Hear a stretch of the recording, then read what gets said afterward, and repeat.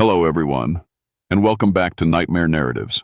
I can picture some of you already in bed, maybe some of you just getting home from work. Wherever you are, whatever time it is, I'm glad you're here. If this helps you relax or sleep, please like and subscribe. It means a lot. Now let's get you comfortable, and I'll tell you tonight's story. My name is Eugene Mountainheart, and I've been a park ranger in these West Virginia mountains for 17 years now. That's long enough to see things that would make most folks pack up and head back to the city. But what happened in October of '77, up in the Dolly Sods? Well, that changed everything I thought I knew about these mountains. I come from mountain people.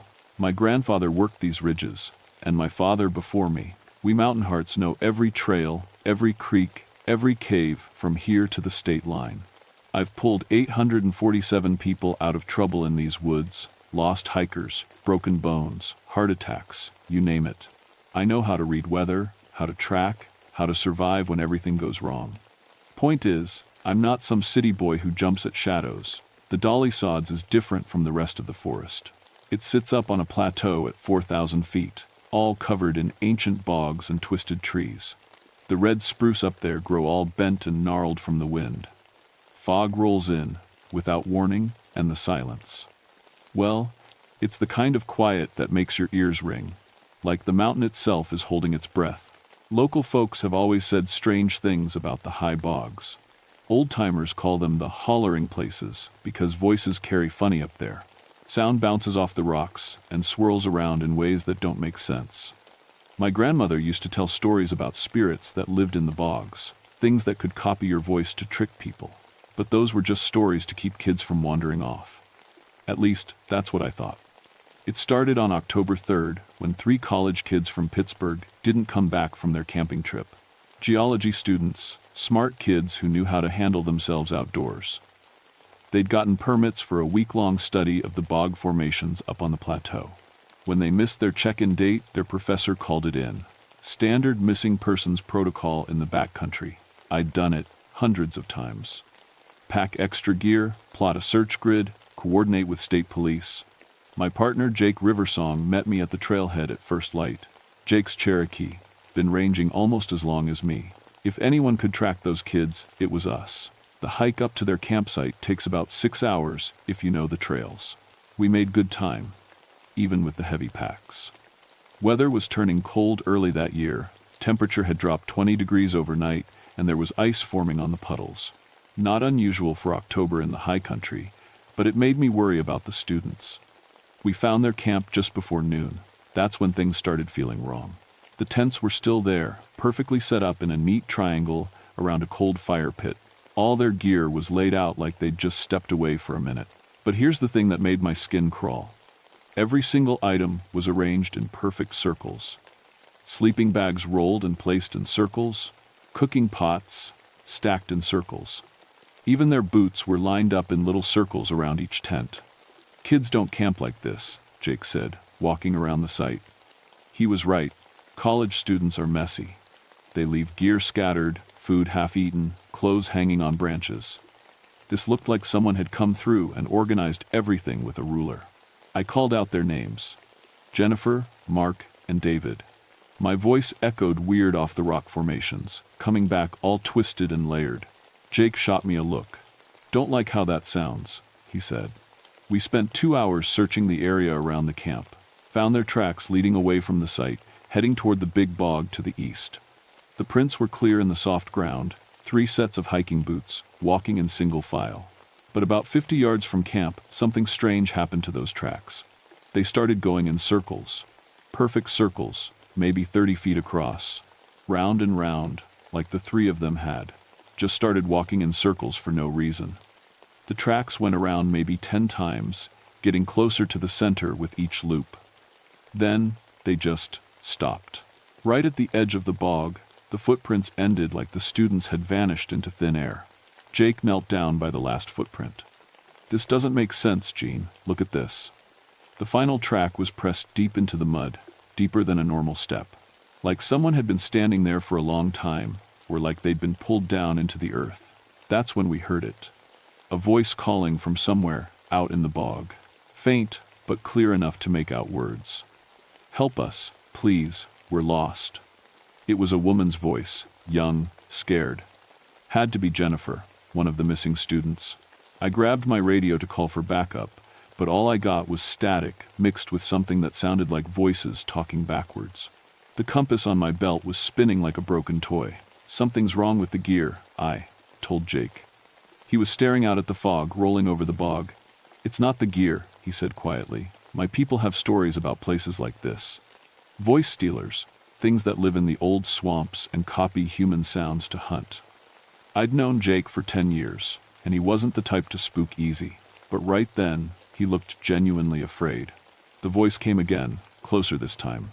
"Help, we're stuck. Can you hear us?" It definitely sounded like a young woman in trouble, but something about it made my teeth ache. The words were right, but the rhythm was off. Like someone reading lines without understanding what they meant. "We have to check it out," I said, even though every instinct I had was screaming at me to get out of there. Jake nodded, but his hand went to the medicine pouch he always wore. "Stay close, Gene, and whatever we hear out there, that's not those kids." The bog stretched out in front of us like a moonscape. Patches of dark water reflected the ken. Gray sky between islands of sphagnum moss and cranberry bushes. The ground felt spongy under our boots, and with each step, methane bubbles rose to the surface with soft plopping sounds. We followed a game trail that wound between the deeper pools. The fog was getting thicker, cutting our visibility to maybe 20 feet. Everything looked the same: twisted red spruce, dark water, moss-covered logs that could have been there for 1,000 years. "Help us, over here." The voice was definitely closer now, maybe 50 yards to our left, but when I looked that way, all I could see was fog and the dark outline of dead trees. "Jennifer," I called out, "where are you? We're stuck, we can't move." Jake grabbed my arm. "Listen to it, Gene, really listen." I stopped and focused on the voice. That's when I heard what Jake meant. The words were perfect English, but there was no emotion behind them. No real fear, no exhaustion, no relief at hearing rescuers. It was like listening to a recording of someone asking for help. We kept moving toward the sound, stepping carefully on the floating moss mats. One wrong step, and you could sink waist-deep in bog water that never sees sunlight. I'd pulled enough people out of these holes to know how fast the cold could kill you. "There," Jake pointed ahead. Movement in the fog. I saw it too, a pale shape moving between the trees. Human-sized, but moving wrong. Too smooth, like it was gliding instead of walking. "Jennifer, is that you?" The shape stopped. Then slowly, it turned toward us. Even through the fog, I could see it wasn't human. Too tall, arms too long, skin the color of old bone. And its throat. Something was wrong with its throat. It bulged out like a frog's, pulsing with each breath.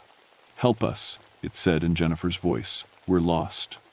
The thing's mouth didn't move when it spoke. I went for my service weapon, but Jake was already backing away. "Run," he whispered. "Run, now." The creature tilted its head, and I heard something that made my blood freeze. My own voice, calling out from somewhere behind us. "Jake, over here." I found them, but I was standing right there. I wasn't calling anything. "Jake, this way." My voice again, coming from 3 different directions now. Each one sounded exactly right, down to the slight rasp I get when I'm excited. If I'd been alone in the fog, I would have followed those calls, thinking I was somehow hearing an echo. Jake grabbed my sleeve and pulled me toward what looked like solid ground. We stumbled through the cranberry bushes, boots squelching in the wet moss. Behind us, I could hear more voices calling out, Jennifer asking for help, Mark shouting directions, David crying for his mother. But underneath those voices, I started hearing something else. Something that made my knees weak. My brother Tommy's voice. Tommy died when he was 7 years old, fell through ice on Miller's Pond while we were skating. That was 31 years ago. I still remembered exactly how his voice sounded when he was scared. Gene, help me, I can't get out." The same words he'd screamed that day on the pond, right before the ice took him under. I stopped running. "Gene, what are you doing?" Jake was pulling at my arm, but I couldn't move. That was my little brother calling for help. I'd failed him once. I couldn't do it again. "Gene, the ice is breaking. Help me. It's not him, Jake said firmly. Whatever's out there, it's using your memories against you. That's how they hunt. But Tommy sounded so real, so scared. Just like that winter day when I was 10 years old and couldn't reach him in time. Please, Gene, don't leave me. I took a step toward the voice before Jake slammed his shoulder into me, knocking me sideways into a patch of solid ground. Snap out of it, he shouted. Look around. I shook my head and really looked at our surroundings for the first time since entering the bog. We were standing on a small island of firm ground, maybe 10 feet across. But floating in the dark water around us were white shapes. Dozens of them.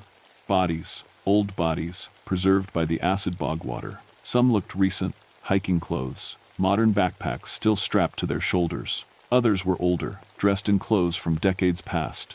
All of them were perfectly preserved, skin white as fish bellies, staring up at us with black, empty eye sockets. And every single one had their throat torn open. Jesus Christ, I whispered.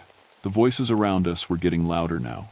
Jennifer, Mark, David, my brother Tommy, and dozens of others I didn't recognize. Men, women, children, all calling for help in perfect, emotionless voices.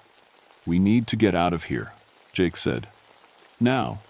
We started moving again, jumping from one solid patch to the next.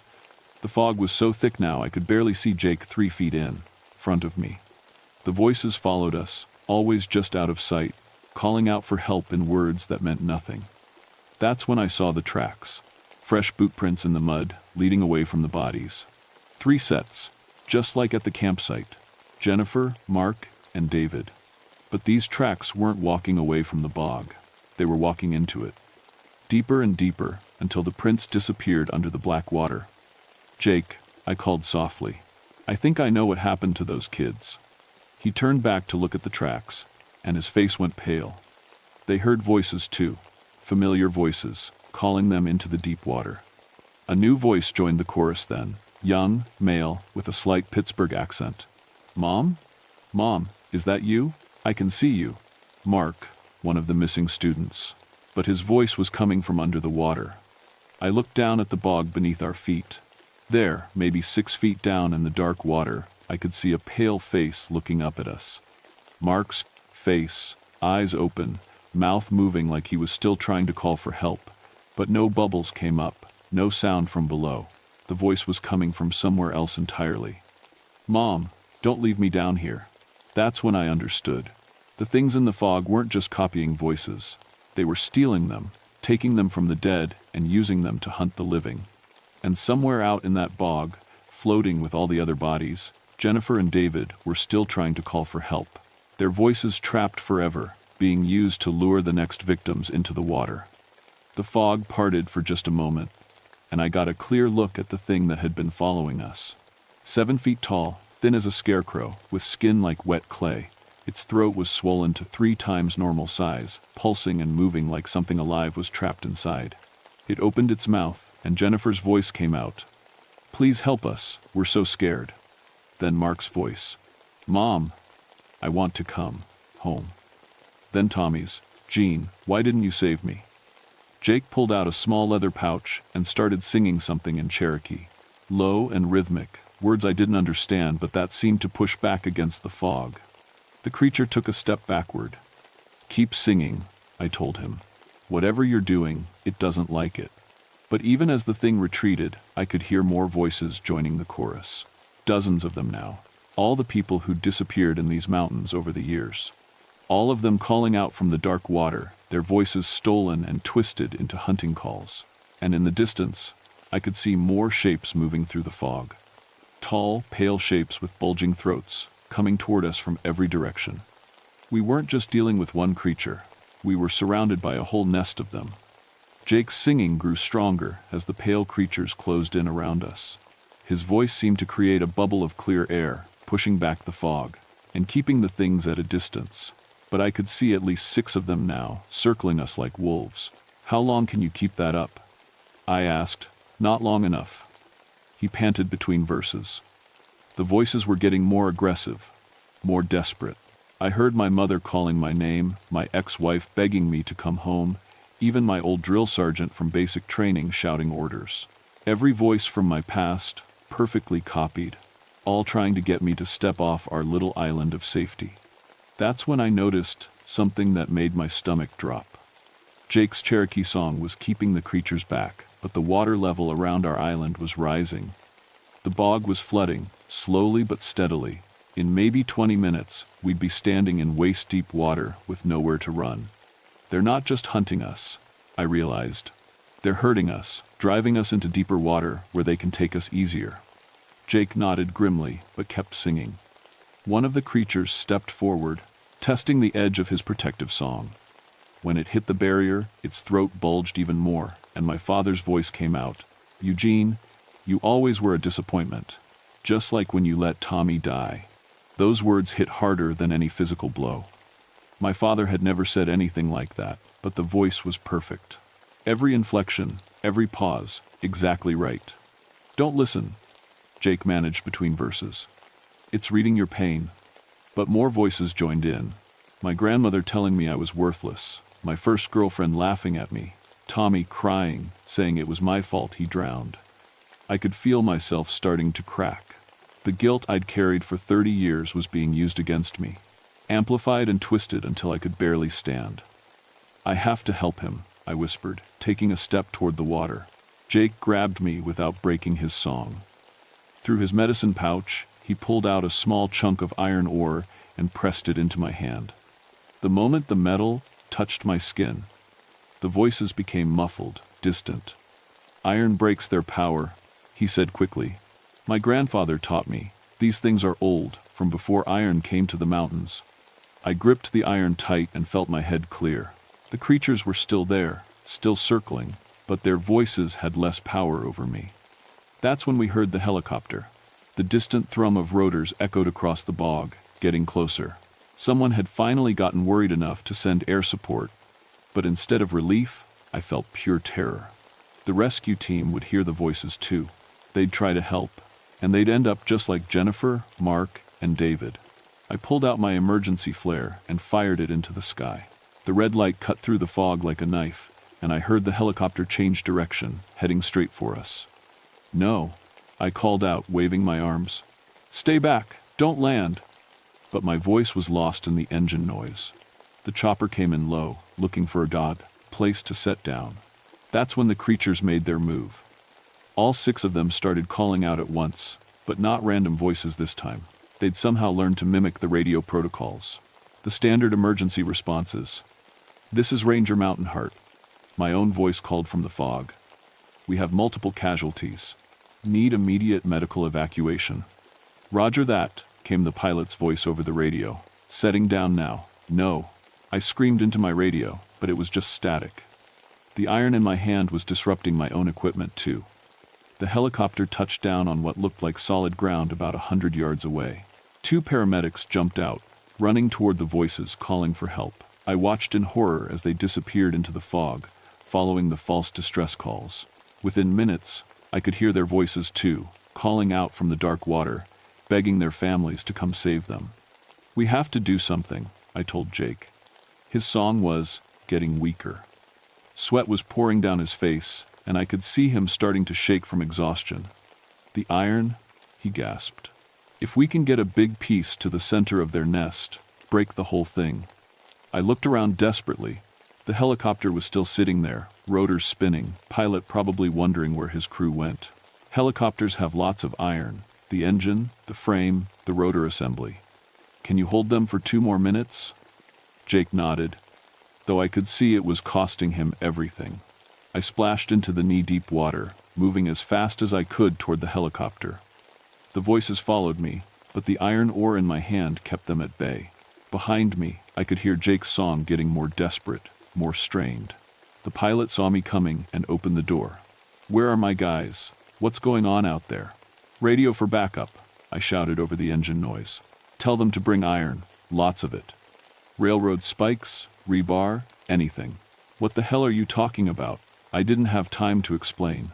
The water around the helicopter was getting deeper, and I could see pale shapes moving underneath the surface. The creatures were trying to flood the entire area, turn it all into their hunting ground. "Just do it." I grabbed the helicopter's toolkit and pulled out a crowbar.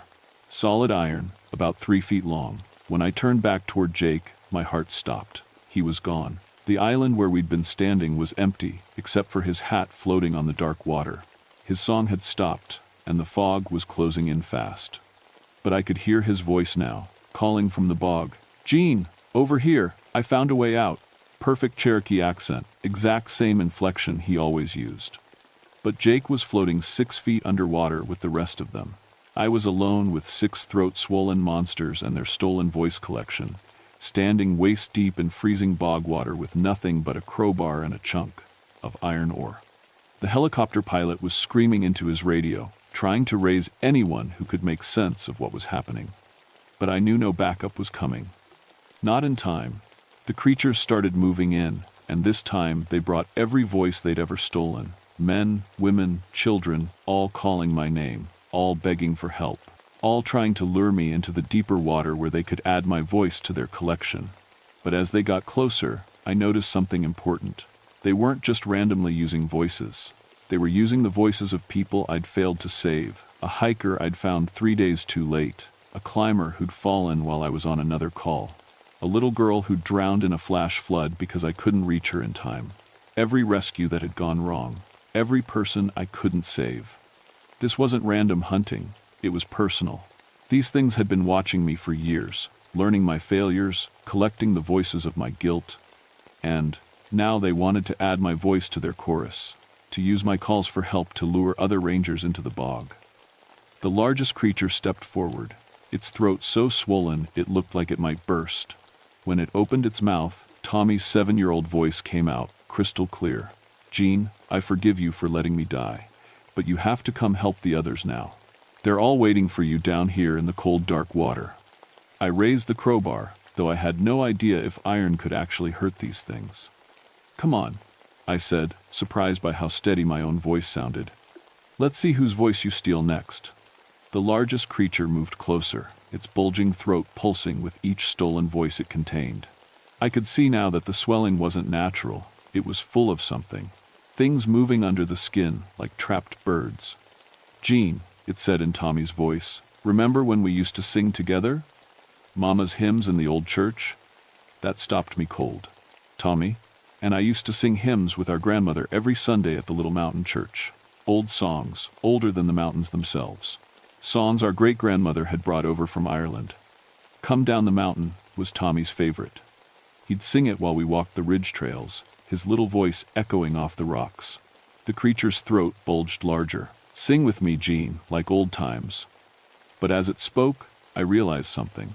It could copy voices perfectly, but it didn't understand what the words meant. When it said Mama's hymns, there was no warmth, no memory behind it. Just sound. "You don't know the words, do you?" I said. "You can steal voices, but you can't steal souls." The thing tilted its head, confused. That's when I remembered what Jake had said about pure song driving them away. Not just any song, religious song, holy song, songs with real meaning behind them. I started singing the hymn Tommy loved, the one our grandmother had taught. "Come down the mountain, children, come home, leave behind your wandering, leave behind your roam. The light of salvation will guide you back. Come down the mountain, stay on the track." My voice was rough, untrained, but I put everything into it. Every memory of Tommy, every Sunday morning with grandmother, every time I'd found my way home through these mountains. The creature staggered backward like I'd hit it with the crowbar. Its throat started deflating, and I could hear voices escaping, screams and cries and calls for help streaming out like air from a punctured balloon. "That's it," I whispered, then sang louder. The other creatures were backing away too, their stolen voices becoming distorted, warped. But the largest one wasn't giving up.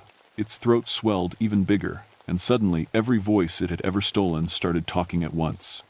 A cacophony of stolen words, stolen pain, stolen final moments.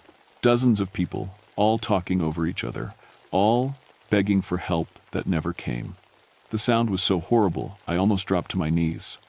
But underneath all those voices, I heard something else, a pattern. They weren't just random cries for help. They were trying to harmonize. The creature was attempting to sing back, using its stolen voices to create some kind of counter-song. But it couldn't make the voices work together. They were all individual, all separate, all singing different songs of pain and terror. I kept singing the hymn, adding more verses as I remembered them. Songs about coming home, about finding peace, about the light that guides lost children back to safety. One by one, the stolen voices in the creature's throat started joining my song instead of fighting it. I heard Jennifer's voice, young and pure, picking up the melody, Mark's voice adding harmony. The paramedics from the helicopter, their voices finding peace in the old words. Even Tommy's voice, sweet and clear like I remembered from our childhood, singing along with his big brother one last time. The creature's throat was collapsing now, deflating like a punctured tire. But as each stolen voice found peace in the hymn, it escaped upward, free. The fog around us started lifting. The dark water began draining away, revealing the true bottom of the bog. Hundreds of bodies, preserved in the acidic water for who knows how long. Some recent, some decades old, some that might have been there since the first settlers came to these mountains. But they weren't floating anymore. They were sinking, finally allowed to rest.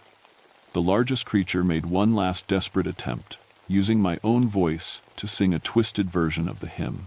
But it got the words wrong, mixing up verses, adding curses where there should be blessings. I walked closer, still singing, and touched the iron crowbar to its bloated throat. The effect was immediate and horrible. The creature's throat split open like an overripe fruit, and hundreds of glowing lights poured out, the stolen voices, finally free to find their way home. The thing collapsed into the draining bog water, its pale skin dissolving like wet paper. The other creatures were backing away now, their own throats deflating, their stolen voices escaping in streams of light that rose up through the clearing fog. I kept singing until every light had disappeared into the sky, until every stolen voice had found its peace. When silence finally returned to the bog, it was a different kind of quiet, not the oppressive, waiting silence from before, but the natural quiet of a forest at rest. The helicopter pilot was calling my name from his radio. Real concern, in his real voice, not some twisted mimicry. "I'm here," I called back. And this time my radio worked perfectly. "Where are my medics? What happened to my crew?" I looked down at the bodies now resting peacefully at the bottom of the drained bog. Jennifer, Mark, David, the two paramedics, and hundreds of others stretching back through decades. "We're going to need a lot more body bags," I told him. But as I walked back toward the helicopter, I heard one last voice calling from behind me. Soft, peaceful, full of love. "Thank you, Jean. Thank you for letting us go home." Tommy's voice, but different now. Free. Forgiven, finally at peace. I didn't turn around. Some goodbyes are meant to be heard, not seen.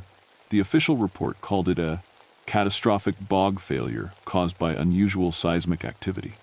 They said the college students and rescue personnel had been trapped when an underground pocket of methane gas exploded, causing the bog to drain suddenly. Neat, scientific, believable. They never asked me about the voices. The state closed the dolly sods for 6 months while they recovered the bodies. They found 127 sets of remains total, some dating back to the 1800s. Missing hikers, lost hunters, people who'd just vanished over the decades. The official cause of death for all of them was drowning, though the coroner privately told me that every single throat had been damaged in the same strange way. Like something had been living inside them. I never mentioned the creatures. What would be the point? Who would believe me? They gave me a commendation for bravery and recommended I take some time off for trauma counseling. I took the time off, but I never went to counseling. How do you explain to a therapist that you can still hear stolen voices calling from empty bogs? Because I can still hear them. Not every night, but often enough. Usually when the moon is full and the fog rolls heavy through the hollows. Voices calling for help from places where no one should be. I've changed how I do my job now. When I get reports of missing hikers, I listen carefully to the description of the voices calling for help. If the caller says the voice sounded off somehow, if they mention voices with no emotion, behind them, I request immediate backup. And I always carry iron now. A railroad spike in my belt, iron filings in my pocket, just in case. The thing is, these mountains are old. Older than the Cherokee, older than any human memory. And in the deep places, the wet places, the quiet places where fog gathers and voices echo strange, well, some things have been here a lot longer than we have. 3 months after the incident, I was called to investigate another missing persons case. A family of 4 who'd gone camping up near Seneca Rocks. The last transmission from their radio was a request for help, saying they'd found an injured hiker who needed assistance. When I got to their campsite, I found all their gear arranged in perfect circles around the fire pit. I've never moved so fast in my life getting out of there. Last week, I put in for early retirement. 17 years is long enough in these mountains. Maybe it's time to find some work down in the valleys, where the only voices you hear are the ones attached to living throats. But sometimes, late at night when the fog rolls in, I still hear Tommy singing that old hymn.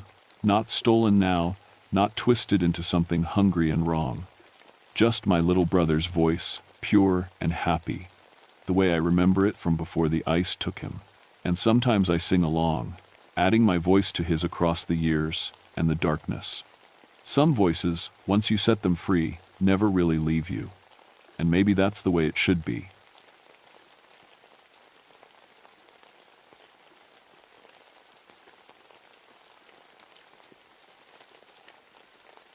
My name is Virginia Thornberry, but everyone calls me Ginny. I've been fighting fires in these Virginia mountains for 13 years now, and I thought I'd seen everything these woods could throw at me. George Washington National Forest can be a dangerous place. Steep ridges, dense timber, and during drought season like we had in the summer of '84, everything becomes a tinderbox waiting for one spark. I grew up in these mountains, learned every trail and fire break before I was old enough to drive. After I left my ex-husband, well, after I escaped him is more like it, I found peace in the wilderness. The mountains don't lie to you or hurt you if you respect them. They just are what they are. That July morning started like any other. The heat was already pressing down at 6 a.m., and the humidity made my ranger uniform stick to my skin. I'd been checking the drought monitors all week. We were in the red zone, meaning any fire could spread fast and far. The radio in my truck crackled as I drove the winding forest roads, listening to weather reports and fire danger updates. "Thornberry, you copy?" came the voice of dispatch. "Copy. This is Thornberry. Got a report of an illegal campfire up in the Laurel country, about 12 miles past Miller's Gap. Can you check it out?" I sighed. The Laurel country. That's what we called the thick patches of mountain laurel that grew so dense you couldn't see 5 feet in any direction. The Cherokee used to call them laurel hells, because once you got turned around in there, you might wander in circles for days. The branches grew so thick overhead they blocked out most of the sun, creating a green twilight even at noon. 10:04. ETA about 40 minutes.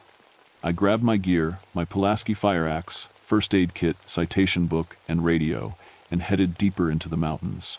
The road got narrower and bumpier as I climbed, until finally I had to park and hike the last 2 miles. The forest felt wrong that morning. I'd walked these trails hundreds of times, but something was different. The birds weren't singing. Usually you'd hear woodpeckers and jays, maybe a hawk calling from the ridges. But the woods were silent, except for my boots on the dry leaves. When I reached the coordinates dispatch had given me, I found the campfire ring easily enough. It was built right, stones arranged in a proper circle, but the ashes were stone cold. I knelt down and stirred them with a stick. They'd been cold for hours, maybe even days. That's when I noticed the footprints. Boot prints in the dry dirt, leading away from the fire and straight into the thickest patch of laurel I'd ever seen. The branches had grown together so tight they formed tunnels, dark green passages that twisted and turned until you couldn't see where they led. I followed the tracks to the edge of the laurel hell. The branches formed a natural archway, like a doorway into a green cave. Cool air drifted out from inside, which should have felt good in the heat, but instead made me shiver. "Hello?" I called out. "Forest Service. I need to speak with whoever made this campfire." No answer. Just that strange, muffled quiet you get inside thick vegetation. Like being buried alive under a green blanket. I checked my radio. The signal was weak, but still working. "Dispatch, this is Thornberry. Found the campfire site, but no campers. Tracks lead into heavy laurel. I'm going to follow them and make contact." "Copy that. Check in every 30 minutes." I switched on my flashlight and pushed through the laurel branches. The tunnel was just wide enough for one person, with thorns catching at my uniform. The air smelled of old leaves and something else, something like smoke, but not quite. After about 50 yards, the tunnel split into 3 different paths. I knelt down to look for tracks, but the ground was covered in thick moss and old leaves. No way to tell which way the campers had gone. I chose the middle path and kept walking. The tunnel curved and twisted, sometimes opening up into small clearings before narrowing again. I checked my GPS, but the signal kept cutting out under the thick canopy. That's when I heard it, voices up ahead, calling out. Couldn't make out the words, but it sounded like people in distress. "Hello," I shouted back. "Forest Service, are you hurt?" The voices stopped, complete silence. I pushed forward faster, branches scraping against my arms. The tunnel turned sharply left, then right, then left again. I was starting to lose track of the turns when I came to another split. This time 5 different paths leading off in different directions. I checked my watch. I'd been in here for 20 minutes, but it felt like much longer. Time to head back and call for backup. But when I turned around, the tunnel behind me had changed. Where there had been 1 path leading back, now there were 3. And none of them looked familiar. I stood there, staring at the 3 tunnels, trying to make sense of what I was seeing. In 13 years of forest work, I'd never gotten turned around this badly. I had a compass, and it showed north, but that didn't help when I couldn't remember which direction I'd come from. "Stay calm, Ginny," I said out loud. "You've been through worse." I pulled out my radio. "Dispatch, this is Thornberry." Static. I tried adjusting the antenna, but the signal was completely gone. The thick laurel was blocking everything. I picked the tunnel that felt most familiar and started walking. The path twisted and turned for what seemed like forever, until I came to a clearing about 20 feet across. In the center was a circle of stones, but not like the campfire ring I'd found earlier. These stones were arranged in a perfect spiral, with the biggest one in the middle. On top of the center stone sat a pile of bones. I moved closer, keeping my hand on my Pulaski. The back bones were small, looked like they came from rabbits or squirrels. They were arranged carefully, almost like an offering. The stones around them were blackened as if they'd been burned, but there was no ash, no sign of recent fire. "What the hell?" I muttered. That's when I heard the voices again, clearer this time. They were coming from deeper in the laurel, and now I could make out words.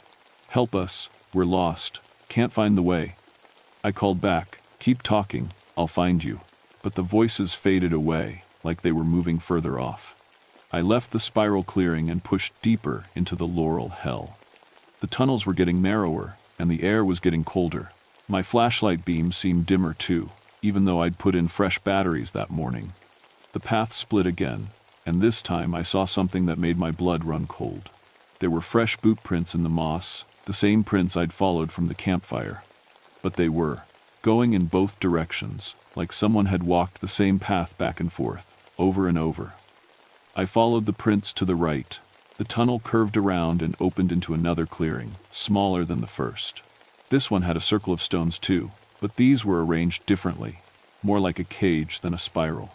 And inside the stone circle was a backpack. It was an old hiking pack, the kind they used to make in the 60 seconds. The fabric was rotted and covered in moss, like it had been there for years. I knelt down and carefully opened it. Inside were the usual hiking supplies, a water bottle, some moldy food, a map of the forest. But the map was wrong. It showed trails that didn't exist and left out roads I knew were there. And the date on the map was 1967.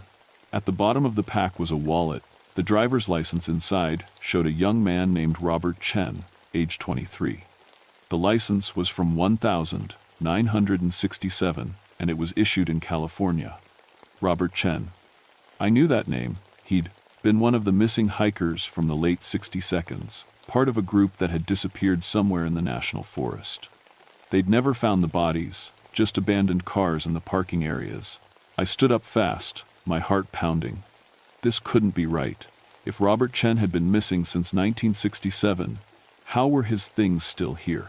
And why did they look like they'd only been sitting out for a few months? That's when I heard footsteps behind me. I spun around, pulling my flashlight up. At the edge of the clearing, just barely visible in the green shadows, was a figure. It looked like a man, but something was wrong with the way he moved. Too slow, like he was walking underwater. "Robert?" I called out. "Robert Chen?" The figure stopped. Slowly, it turned toward me. I couldn't make out the face in the shadows, but I could see it was wearing old hiking clothes, the same style as the gear in the backpack. "Are you lost?" I asked, taking a step forward. The figure raised one hand, pointing deeper into the laurel. Then it turned and walked away, disappearing into the green tunnels. I followed, pushing through the branches as fast as I could, but when I reached the spot where the figure had been, there was nothing. No footprints, no broken branches, nothing to show that anyone had been there. My radio crackled to life. "Thornberry, this is dispatch. Check in." I grabbed the radio, relief flooding through me. "Dispatch, I'm here. Signal's been cutting out. You're about an hour overdue for check-in. What's your status?" I looked around at the green tunnels surrounding me. I'm having some navigation issues. The laurel is thicker than expected. I may need backup." "Copy that. Can you make it back to your vehicle?" I tried to sound confident. "Affirmative. Give me another hour." But as I said it, I realized I had no idea which way led back to my truck. The tunnels all looked the same now, and my compass seemed to be spinning. Randomly, I picked a path and started walking, but after 20 minutes, I came to another clearing with another stone circle. This one had a different backpack in it, newer, from the 72nds maybe. And when I opened it, I found another wallet, another missing person. Susan Martinez, age 19, missing since 1974. That's when I realized the truth. This wasn't just a laurel hell, it was a trap. And I was walking deeper into it. I backed away from Susan Martinez's backpack like it was going to bite me. My hands were shaking as I pulled out my radio again. "Dispatch, this is Thornberry. I need immediate backup at my location." Nothing but static. I tried again. "Mayday, mayday, officer needs assistance." Still nothing. The radio was dead. I was starting to panic, which is the worst thing a ranger can do in an emergency situation. I forced myself to take deep breaths and think logically. People had been getting lost in these laurel hells for decades. That's why they had the name. But people also got found. I just needed to stay calm and work my way out systematically. I marked the clearing with my Pulaski, chopping a clear X into the largest tree. Then I picked the tunnel that seemed to head downhill. Water flows down, and water eventually leads to streams, and streams lead to roads. But after an hour of walking, I came to another clearing, and there was my X, carved into the same tree. I'd walked in a complete circle. "That's impossible," I told myself. I'd been going downhill the whole time, taking right turns at every junction. There was no way I could end up in the same place. I tried a different approach. This time, I went uphill, taking left turns. After another hour of walking through the twisted green tunnels, I came to a clearing. It was the same clearing. Same stone circle, same backpack, same X carved in the tree. I sat down hard on the mossy ground, trying to understand what was happening to me. Heat exhaustion, maybe? Dehydration? I'd heard of people getting so disoriented they walked in circles without knowing it. But I'd been careful. I'd been marking my turns, following my compass. And the compass was working fine. It pointed north every time I checked it. That's when I heard the voices again. This time they were all around me, coming from every tunnel at once. "Help us. We're lost too. Been walking for so long." I stood up and called out, "Where are you? I can hear you, but I can't see you." "In the tunnels. Always in the tunnels. Can't get out." The voices were getting clearer. I could make out different people. A man with a southern accent, a young woman who sounded scared, an older man who kept coughing. "How long have you been here?" I shouted. "Since 1967, since 1974, since 1981, since yesterday." My blood went cold. These were the missing hikers, all of them, trapped in this impossible maze of laurel, tunnels, walking in circles for years, for decades. I grabbed my Pulaski and started hacking at the laurel branches, trying to cut a straight path out. But as fast as I cut, the branches seemed to grow back. The tunnels were reforming behind my axe blade. "That won't work," said a voice right behind me. I spun around. A woman stood at the edge of the clearing, young, maybe 20, wearing bell-bottom jeans and a tie-dyed shirt. She looked solid, real, but her skin had a gray tint to it, like she'd been underground for a long time. "Susan?" I whispered. "Susan Martinez?" She nodded. "I've been trying to get out since 1974. We all have." "We?" Other figures started emerging from the tunnels. A young Asian man in old hiking gear, Robert Chen. An older man in work clothes, a teenage boy with a backpack. A middle-aged woman in a park ranger uniform from the 1952nd. "How many of you are there?" I asked. "Dozens," Susan said, "maybe hundreds. People have been getting lost in the Laurel Hell for a long time. Longer than the Cherokee, remember." "But this is impossible," I said. "People don't just disappear. Search teams, helicopters." "They search," said Robert Chen. "But they can't find us.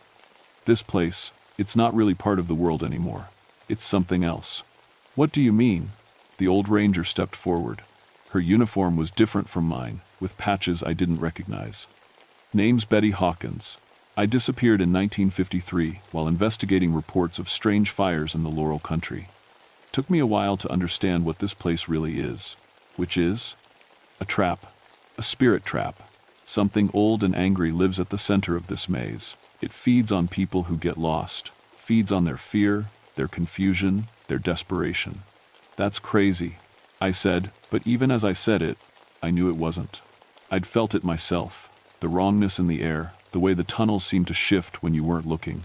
The Cherokee tried to warn people, Betty continued. They had ceremonies to keep it contained.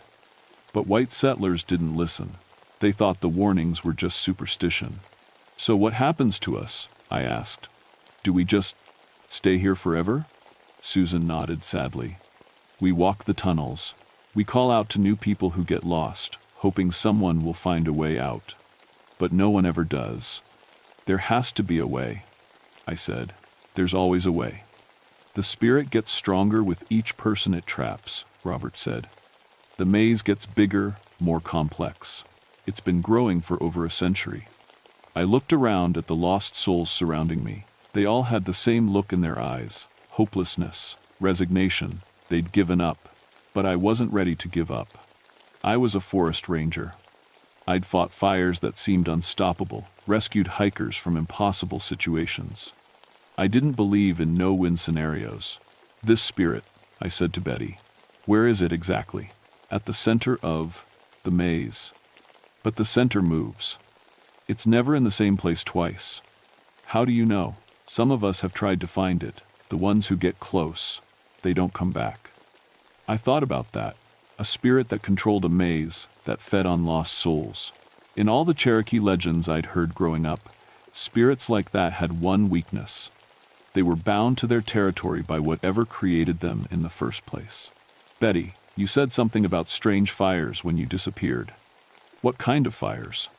"Cold fires. Flames that burned blue and didn't give off heat. They'd appear in the Laurel and burn for days without consuming anything." "And the Cherokee ceremonies to contain it?" "Fire ceremonies. Controlled burns to keep the Laurel from growing too thick. Fire. That was the key. The spirit was bound to the Laurel Hell. But fire could break that binding. Not just any fire, controlled fire, the kind I'd been training to use my entire career. I looked around at the lost souls. "I'm going to get us out of here." "Ginny," Susan said gently, "we've all tried." "No," I said, pulling my gear closer. "You've tried to escape the maze, but I'm going to destroy it."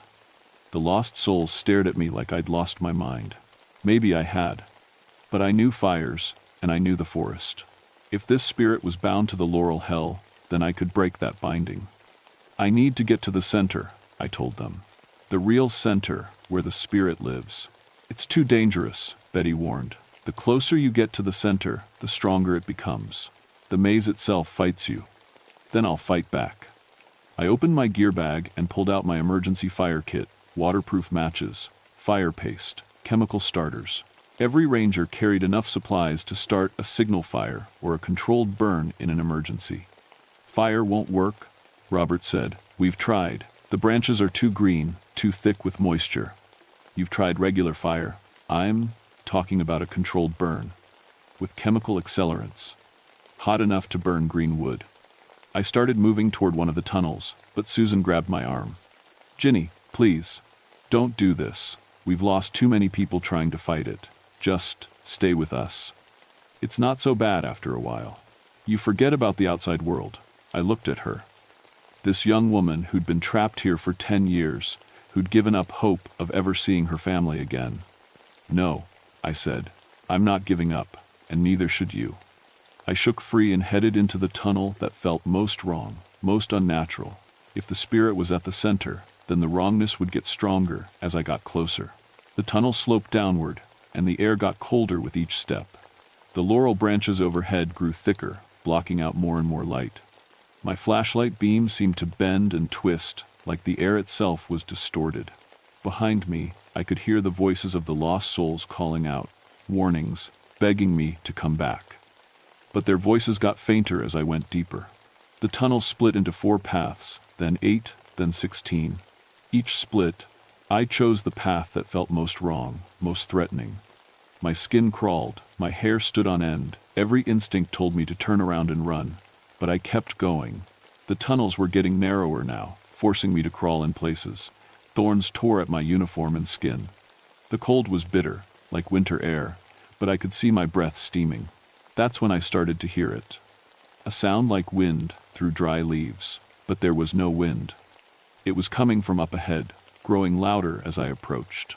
The tunnel opened into a clearing, and I knew I'd found the center. It was huge, maybe 100 yards across, and perfectly circular. The ground was covered in strange symbols burned into the earth, spiraling patterns that hurt to look at. At the very center was a pit filled with blue flames that gave off no heat and no smoke. And around the pit were bones, hundreds of them, arranged in careful patterns. Not animal bones, human bones. The wind-like sound was coming from the fire pit. As I watched, shapes moved in the blue flames, faces of people I recognized from the missing person reports. They were screaming silently, their mouths open but no sound coming out. That's when I saw it. The spirit rose from the fire pit like smoke taking shape. It was huge, maybe 8 feet tall, and made of shadow and flame. Where its face should have been was just a burning void, but I could feel it watching me. "Another lost soul," it said, and its voice was the sound of forest fires consuming everything in their path. Another meal for the growing darkness. I pulled out my fire kit, my hands shaking so bad I could barely hold the matches. "I'm not lost," I said. "I'm exactly where I need to be." The spirit laughed, and the sound made the laurel branches writhe like snakes. "You cannot destroy what has fed on fear for centuries. I am beyond your small human fire." "Maybe," I said, striking a match. "But I know something about fires that you don't." "And what is that?" I touched the match to my fire paste and tossed it at the nearest laurel thicket. "Sometimes you have to burn everything down to save what matters." The chemical fire caught instantly, racing up the laurel branches, despite their moisture. The spirit shrieked as the flames spread, blue fire turning orange and red. "You fool! You'll destroy yourself." "Maybe," I said, lighting another fire starter and throwing it in a different direction. "But I'll destroy you first." The fire was spreading fast now, jumping from branch to branch. The spirit was getting smaller, weaker, as its domain burned around it, but it wasn't giving up without a fight. The ground began to shake, and the symbols burned into the earth started glowing with that cold blue light. The pit of flames roared, higher, and the bones around it began to move, forming into shapes that looked almost human. "If I die, the lost souls die with me," the spirit screamed. "Their essence is bound to this place." That stopped me cold. If I destroyed the spirit, would I destroy Susan and Robert and all the others too? But then I heard voices through the smoke and flames, the lost souls, calling out to me. "Do it, Ginny. Burn it all. Set us free." They weren't begging me to stop. They were begging me to finish what I'd started. I lit my last fire starter and threw it directly at the spirit. The orange flames met the blue ones with a sound like thunder. The spirit's scream shook the ground. It reached out toward me with hands made of shadow and fire, but it was already fading. "You cannot destroy what has always been." "Watch me," I said. The blue fire went out all at once, like someone had blown out a candle. The spirit collapsed in on itself and vanished. The burning laurel around me was crackling and roaring now, but I wasn't afraid. This was a clean fire, a natural fire. It would burn away the unnatural growth and let the forest heal. Through the smoke, I saw them, the lost souls, but they looked different now. They looked peaceful. They were fading away like mist in the morning sun. Susan Martinez smiled at me as she disappeared. "Thank you," she whispered. One by one, they all faded away, finally free. I ran through the burning laurel, following the flames back toward the surface. The fire had created a clear path, burning away the twisted tunnels and leaving a straight shot to the outside world. When I finally emerged from the laurel hell, my radio crackled to life immediately. "Thornberry, this is dispatch. What's your status?" "We've lost contact for over 8 hours." 8 hours? It had felt like days. "Dispatch, I need fire crews at my location immediately. We have a forest fire, but it's contained." Repeat, contained fire, but I need crews for cleanup. I sat down on a rock and watched the smoke rising from the laurel hell. The fire would burn for days, but it would burn clean. When it was done, there would be clear ground where the twisted tunnels had been, and maybe, just maybe, no one would ever get lost in there again. The fire crews arrived within an hour, coming up the mountain roads with their trucks and equipment. By then, the fire was already starting to die down on its own. Controlled burns do that when they're done right. They burn hot and fast, then burn themselves out. I told the incident commander that I'd found evidence of an old, illegal campfire that had flared up in the dry conditions. Technically true, if you counted the spirit's blue flames as a campfire. I didn't mention the supernatural stuff. In my report, I wrote it up as a successful controlled burn to clear hazardous undergrowth. The investigators found the backpacks and personal effects from the missing hikers. Officially, the department concluded that the laurel hell had been a death trap for decades, so thick and confusing that people got lost and died of exposure, their remains scattered by animals over the years. They declared the entire area a permanent fire hazard zone and closed it to hikers. Put up signs, built a fence, the whole works. As far as I know, no one has gotten lost in those woods since. But I couldn't stay in Virginia after that. It took 3 months before I could sleep without nightmares. Every time I closed my eyes, I saw those blue flames and heard the spirit's voice. Worse, I started having panic attacks in thick woods. The slightest bit of dense vegetation would send me into a cold sweat. I transferred to a ranger station in Nevada, desert country, where you can see for miles in every direction and nothing grows thick enough to get lost in. Wide open spaces, clean air, no shadows deep enough to hide anything. Supernatural. It's been 5 years now, and I'm doing better. The nightmares have mostly stopped, and I can handle my job just fine as long as I stay out of thick forests. But sometimes, when the wind blows through the sagebrush at night, I swear I can still hear them, the voices of the lost souls, calling out across the darkness. Not trapped anymore, but not entirely gone either. Just free. And sometimes I wonder if there are other places like the Laurel Hell, other spirit traps hidden in the deep woods, waiting for people to stumble into them. Other rangers out there dealing with things they can't put in official reports. If you're reading this, and you work in the wilderness, listen to the old stories. Listen to what the local tribes say about certain areas. If they tell you to stay away from a place, there's usually a good reason. And if you ever find yourself in thick woods where the paths don't make sense, where the compass spins wildly, where you hear voices calling from the shadows, get out. Get out fast, and don't look back. Some places in this world are meant to stay empty. Some hungers are better left unfed. Trust me on this one. The Forest Service transferred me to Nevada, like I said. But before I left Virginia, I did one more thing. I went back to where the Laurel Hell used to be. The fire had cleared everything away, leaving just open meadow and young saplings starting to grow. Clean, natural growth. But in the center of the clearing, where the spirit's fire pit had been, nothing grew at all. The ground was still black and barren.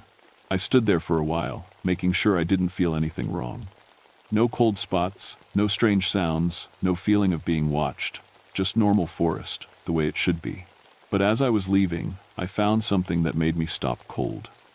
Carved into a tree at the edge of the clearing were Cherokee symbols, old ones, older than any of the missing hikers. They looked like they'd been there for generations. I couldn't read them, but I knew what they meant. The same thing as the signs the Forest Service had put up. Stay away. Some warnings are worth listening to. I just wish it hadn't taken me 13 years, and almost becoming a lost soul myself, to learn that lesson. The Cherokee knew about the laurel hell long before any of us. They knew how to contain it, how to keep it from growing. But when the old ways were forgotten, when the ceremonies stopped, the spirit trap grew stronger. Maybe that's the real tragedy. Not just the people who got lost, but the knowledge that was lost too.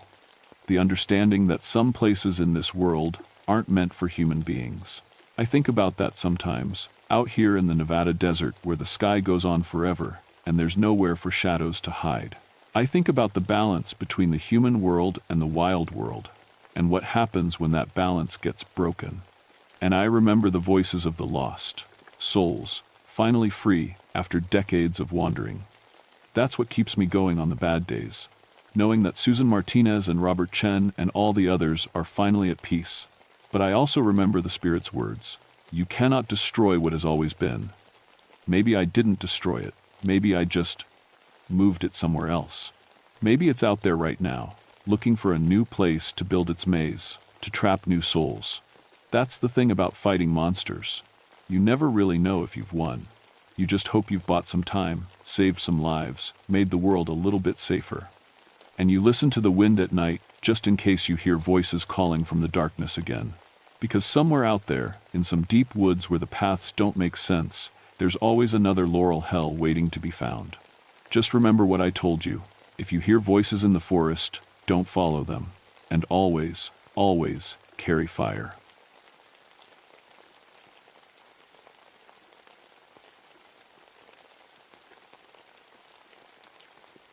My name is Samuel Blackrock, and I've been a park ranger for 19 years in the Daniel Boone National Forest.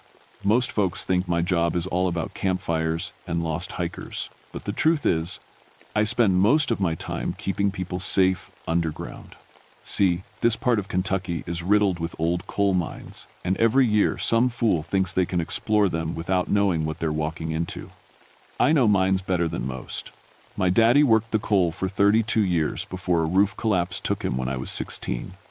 After that, I swore I'd never go underground again.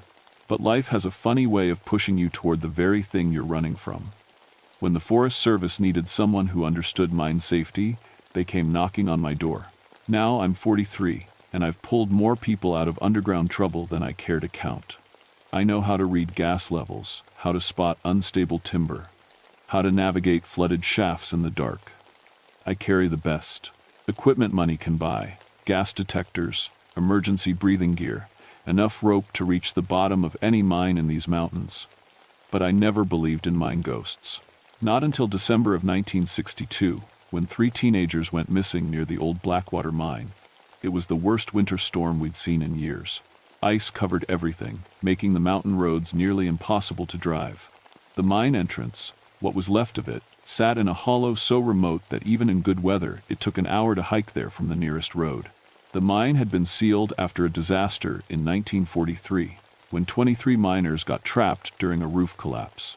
They never found the bodies. The missing kids were from town: Jimmy Morrison, age 17, and the Hartley twins, both 16. Their parents said they'd gone out exploring that morning and never came home. In a blizzard like this, they could freeze to death in hours if they were stuck outside. But if they'd gone into the mine, looking for shelter, that might be even worse. I loaded my truck with gear and started the long, careful drive up the mountain. The wind howled through the trees, and snow came down so hard I could barely see 10 feet ahead.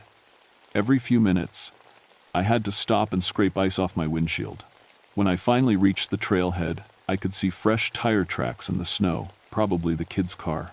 The tracks led to where the old mining road used to be, now just a walking trail that wound up through the trees toward the mine entrance. I strapped on my pack and started hiking. The snow was knee-deep and still falling.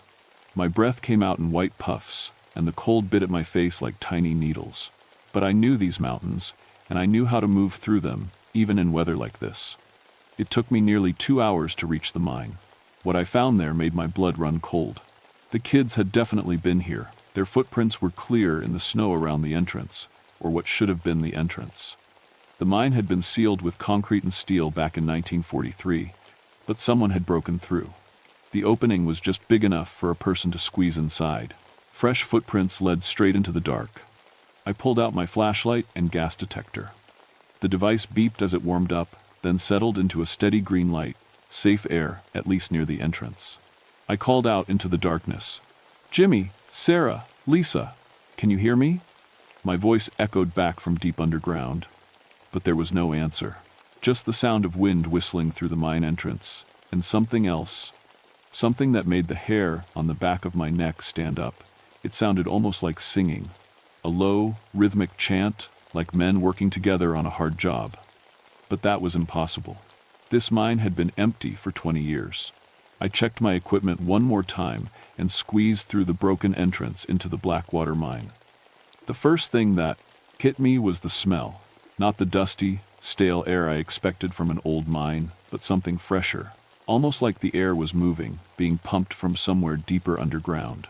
My gas detector stayed green, but the readings kept shifting. Carbon dioxide levels that went up and down like someone was breathing nearby. I followed the kids' footprints deeper into the main tunnel. The mine was in better shape than it should have been.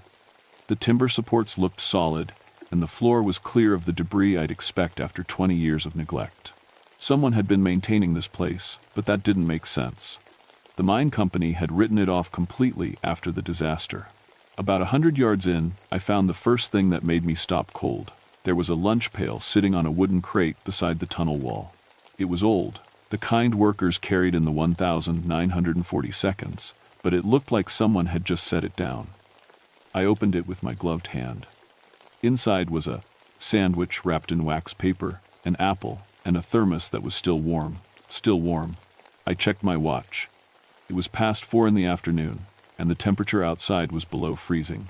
There was no way that thermos should be warm unless someone had filled it recently. But who and why? I called out again, louder this time. "Jimmy, kids, if you're in here, answer me." This time I heard something back. Not voices, but that singing again. It was definitely coming from deeper in the mine, and it was definitely human voices.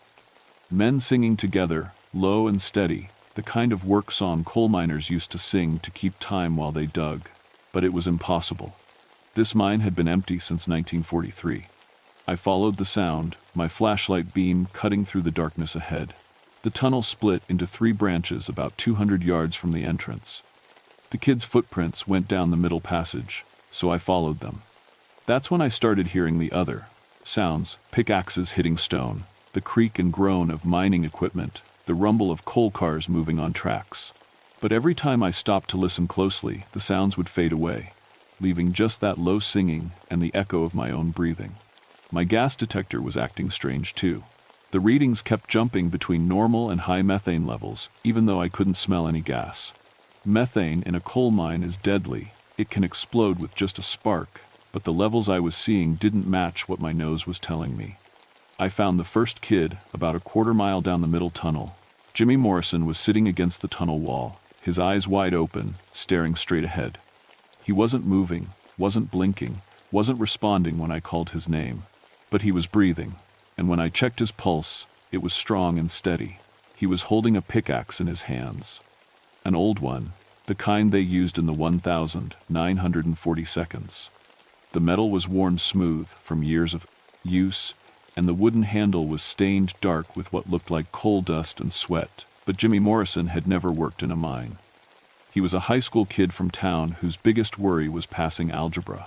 I shook him gently. Jimmy, can you hear me?" He blinked once, slowly, and his eyes focused on me for just a second. His lips moved like he was trying to say something, but all that came out was a low humming sound, the same tune as the singing I'd been hearing. Then his eyes went blank again, and he went back to staring straight ahead. I checked him for injuries, but found nothing. No bumps on his head, no signs of carbon monoxide poisoning, no obvious reason why he should be acting like this. But something was definitely wrong. I needed to get him out of here and find the other 2 kids. I tried to lift Jimmy to his feet, but he wouldn't move. It was like he was glued to that spot, still holding that pickaxe, still humming that tune. When I tried to take the tool away from him, his grip tightened, and for a second, his strength was incredible. Way more than a 17-year-old kid should have. The singing was getting louder now, coming from deeper in the mine. And I could swear I heard new voices joining in, young voices that might have been Sarah and Lisa Hartley. I had to make a choice. Stay with Jimmy and try to get him moving, or go after the twins who might be walking deeper into danger. Jimmy seemed stable for now, even if he was acting strange. The twins might not have much time. I marked the spot with a reflective strip so I could find it again, then headed deeper into the mine, following the sound of that haunting work song. What I found in the next chamber changed everything I thought I knew about the Blackwater mine. The tunnel opened into a large chamber that shouldn't have existed.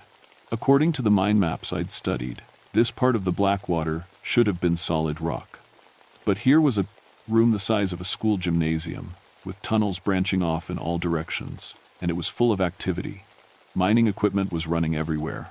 Old-fashioned coal cars moved along rusty tracks, their wheels squeaking and clanking. Conveyor belts carried loads of coal toward some unseen destination. The air was thick with dust and the sound of work. Pickaxes, shovels, men calling instructions to each other, but I couldn't see anyone. The equipment moved by itself. Pickaxes swung through the air, striking stone and coal, but no hands held them. Shovels scooped up loads of coal and dumped them into cars, but no workers guided them. And through it all, that singing continued. Dozens of voices now, maybe more, all joining in the old work songs my daddy used to hum when he came home from his shift. I found the Hartley twins near the center of the chamber. Sarah and Lisa were standing side by side, each holding a mining lamp that burned with a cold blue light. They were singing along with the invisible voices, their young faces blank and peaceful. Like Jimmy, they didn't respond when I called their names. Like Jimmy, they seemed to be under some kind of spell, but unlike Jimmy, they were moving. As I watched, they walked slowly toward one of the side tunnels, following a coal car that moved along its tracks with no one pushing it. Their movements were steady and purposeful, like they knew exactly where they were going. I ran after them, but something stopped me at the tunnel entrance.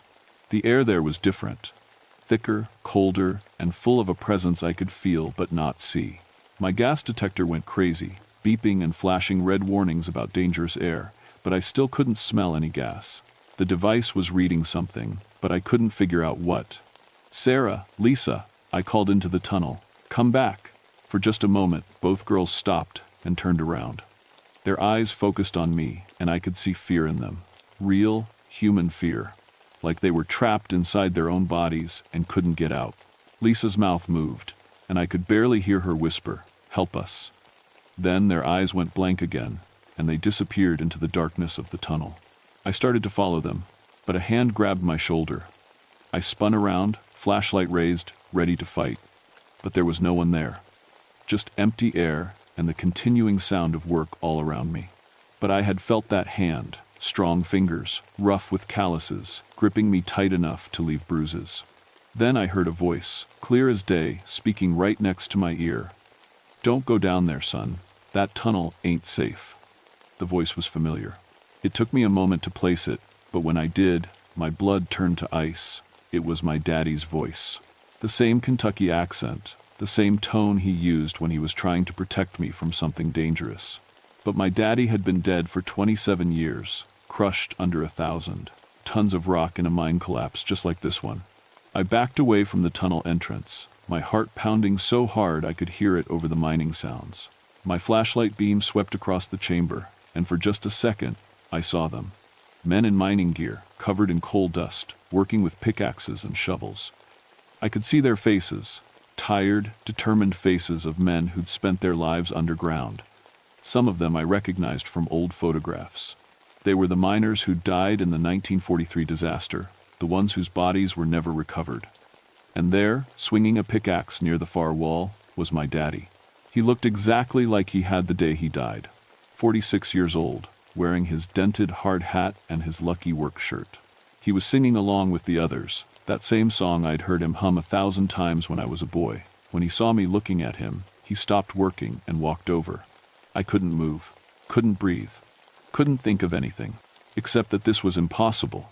That dead men don't come back to work the mines they died in. My daddy stopped a few feet away and smiled, the same gentle smile he'd given me when I scraped my knee or had a nightmare. "Hello, Sammy," he said. "I've been waiting for you." "You're dead," I whispered. "You died in 1935. "Death ain't the end down here," he said. "This mine takes care of its own. We keep working, keep singing, keep the tunnels safe. And now we're going to take care of these young folks too. Keep them safe from the world above." Behind him, the other miners had stopped working and were gathering around us. I could see them all clearly now, 23 men who'd been trapped here for almost 20 years, still trying to finish the job they'd started before the roof came down. "The children," I said. "What did you do to them?" "Same thing we're going to do for you," my daddy said. "Bring you into the family. Down here, you don't have to worry about storms or accidents or getting old. Down here, you just work and sing and stay safe forever." The miners started moving closer, and I realized I was in more danger than I'd ever been in my life. These weren't ghosts or spirits. They were something else, something that could grab my shoulder and make mining equipment move and trap the minds of 3 teenagers. And they wanted to keep us here forever. I had to get out, had to get the kids out, but first, I had to understand what I was really fighting. "The roof collapse," I said, backing toward the main tunnel. "In 1943, what really happened?" My daddy's expression changed. The gentle smile disappeared, and for a moment, he looked tired and sad and very, very old. "We were trying to dig out," he said. "After the cave-in, we were trapped, but we kept working, kept trying to dig a way to freedom. We worked for days, weeks, months. We never stopped, we never gave up, and eventually we broke through, not to the surface, but to something else, something that let us keep working forever." "But you're dead," I said. "Are we?" he asked. And then he smiled again, but this time it wasn't gentle at all. "Seems to me we're the only ones really alive down here. Everyone else up there, they just waste their time with worry and fear and getting old. Down here, we have purpose, we have each other. We have work to do." The miners were surrounding me now, and I could see that some of them were carrying tools, pickaxes and shovels that looked very sharp and very solid. My daddy stepped closer, reaching out his hand.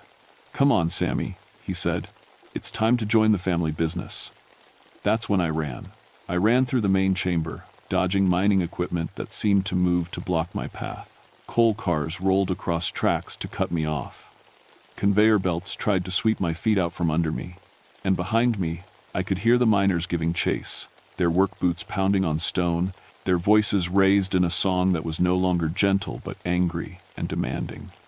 I made it to the tunnel where I'd left Jimmy Morrison, but he was gone. Just the pickaxe lying on the ground where he'd been sitting, and a set of footprints leading deeper into the mine. My flashlight was starting to dim, and my gas detector had given up completely, just flashing random warnings that didn't match anything in the air around me. I was alone in a mine full of dead men who wanted to make me one of them, and I had no idea how to fight something that was already dead. But I had to try. Those kids were depending on me. I followed Jimmy's footprints deeper into the mine, past chambers I'd never seen on any map, through tunnels that twisted and turned like they'd been dug by something that didn't understand human engineering. The singing was everywhere now, echoing off the walls, coming from ahead and behind and all around me. I found all 3 kids in the deepest part of the mine I'd seen yet. They were standing in a circle around what looked like a shrine made of mining equipment. Pickaxes, shovels, hard hats, and lunch pails were arranged in careful patterns around a central point where water dripped steadily from the ceiling into a dark pool. The kids were singing along with the invisible voices, and their eyes were completely black now, not just the pupils, but the whole eye, like they were looking at something far away. And surrounding them were the miners. I could see all 23 of them clearly now, plus my daddy standing near the back of the group. They looked solid, real, like living men covered in coal dust. But there was something wrong with their faces, expressions that were too intense, eyes that reflected my flashlight beam like an animal's. "Welcome, son," said a man I recognized from the memorial photo as the mine foreman, Joe Hartwell. "We've been waiting for you to join the family." "Let the kids go," I said, trying to keep my voice steady. "They don't belong here." Nobody belongs on the surface, Hartwell said. Up there, people just suffer and die. Down here, we take care of each other. These young folks understand that now. They want to stay. They're children, I said. They have families who love them.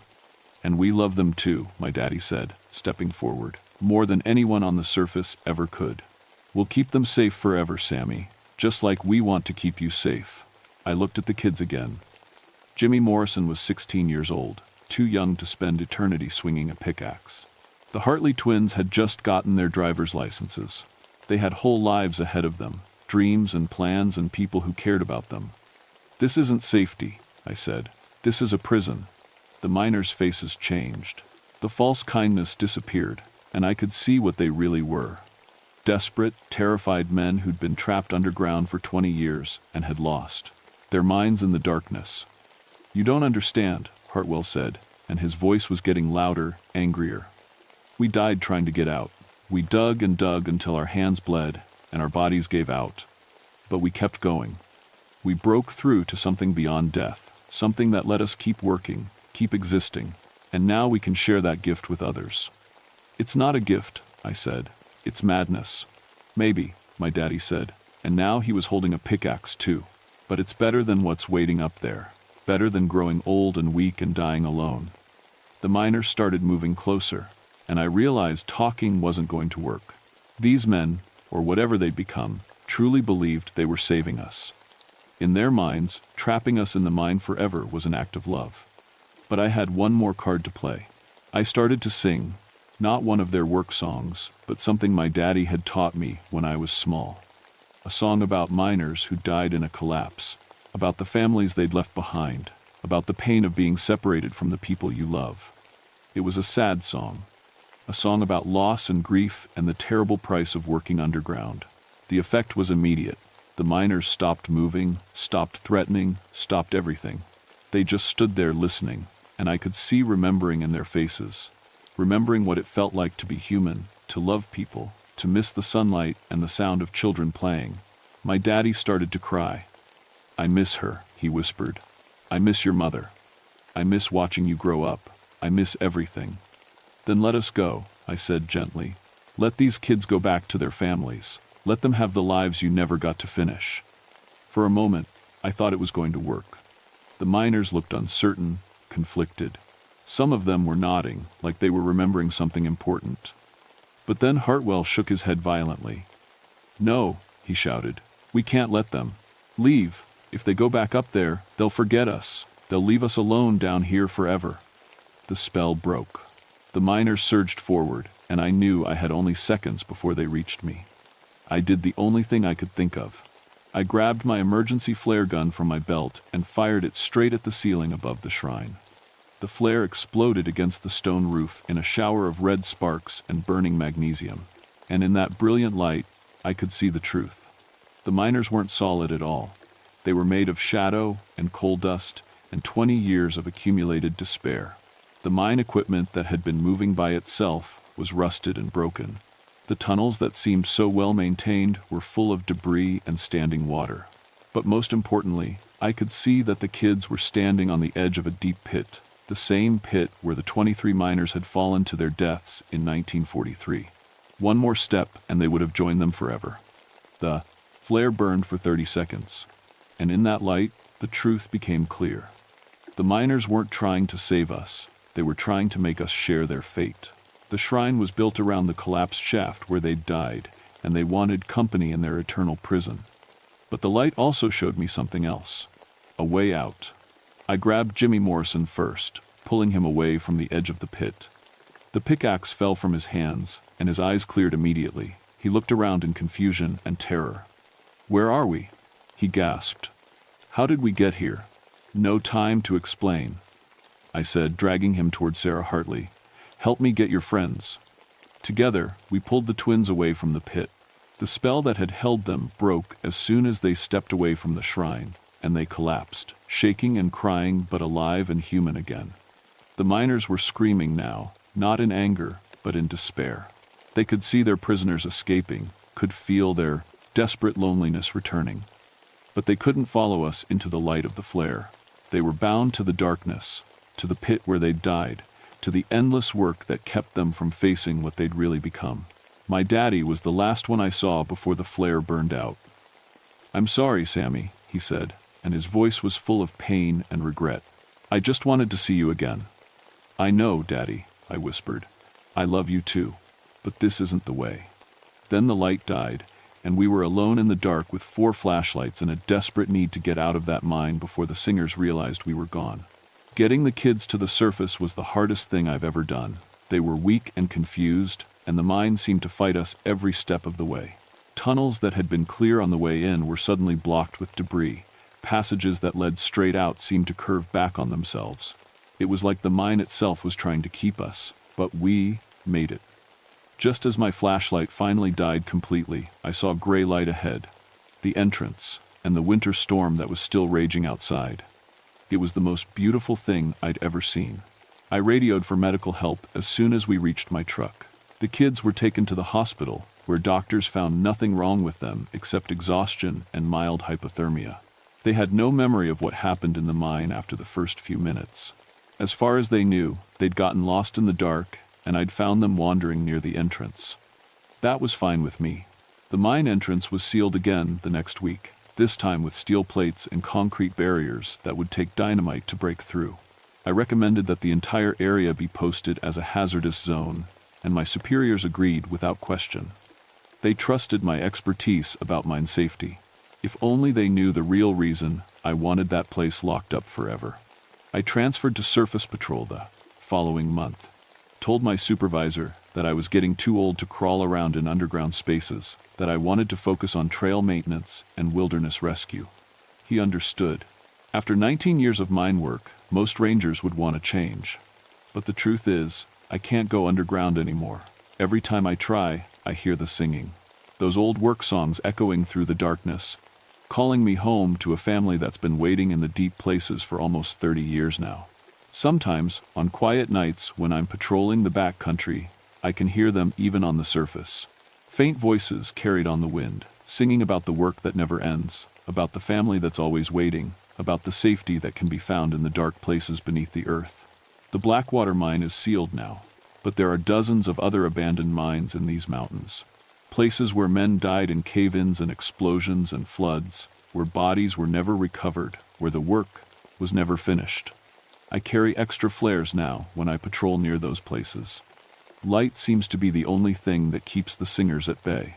If you ever find yourself hiking in the old mining country of eastern Kentucky, listen carefully when you're near the abandoned shafts and sealed entrances.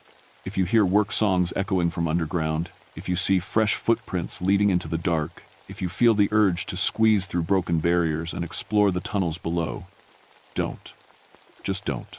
Some families aren't worth joining, and some work is too dangerous to finish. The miners are still down there, still singing, still waiting for new members to join their eternal crew. And they're very, very patient. They've got all the time in the world.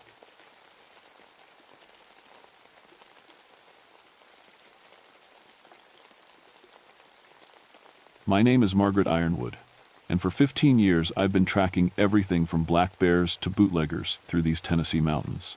Cherokee National Forest is my beat. 30,000 acres of ridges so steep they'll break your neck if you're not careful, and so remote that some trails don't appear on any map the government will admit to having. People call me Maggie. I'm 36, built like my grandmother was, short, strong, and stubborn as mountain stone. My great-grandmother was full Cherokee, which means something out here where the old paths still remember who walked them first.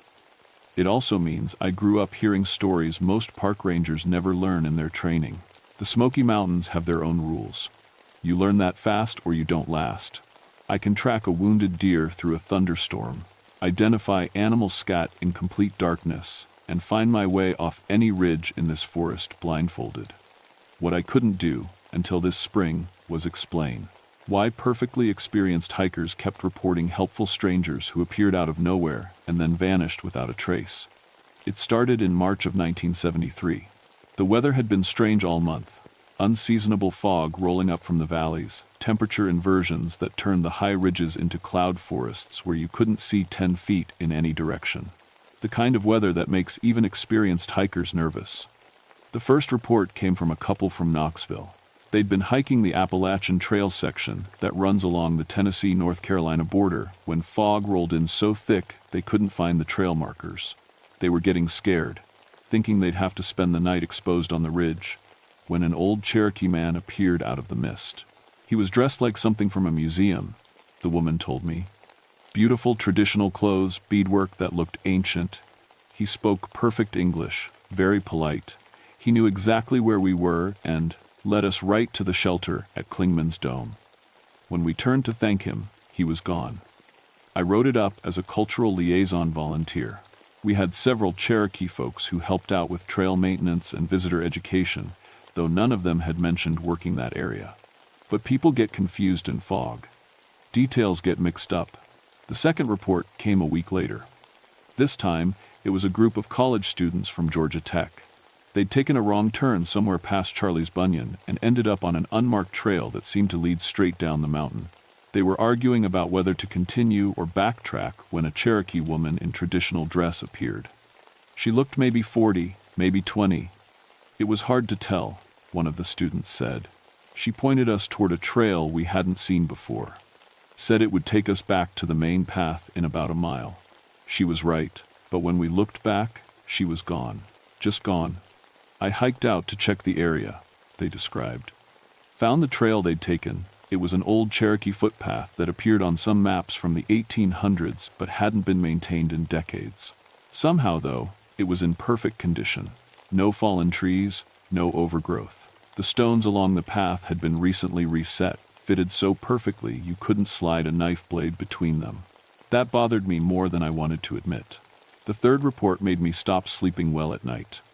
A solo hiker named David Park, a geologist from Virginia who'd been hiking these mountains for 20 years, swore he'd been saved from a 1,000-foot fall by a Cherokee family that couldn't possibly have existed.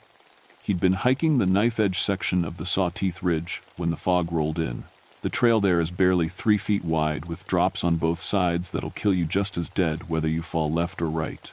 Park had been feeling his way along the ridge when he stepped on loose rock and started sliding toward the north drop. I was gone, he told me, his hands shaking as he lit another cigarette. Nothing but air under me.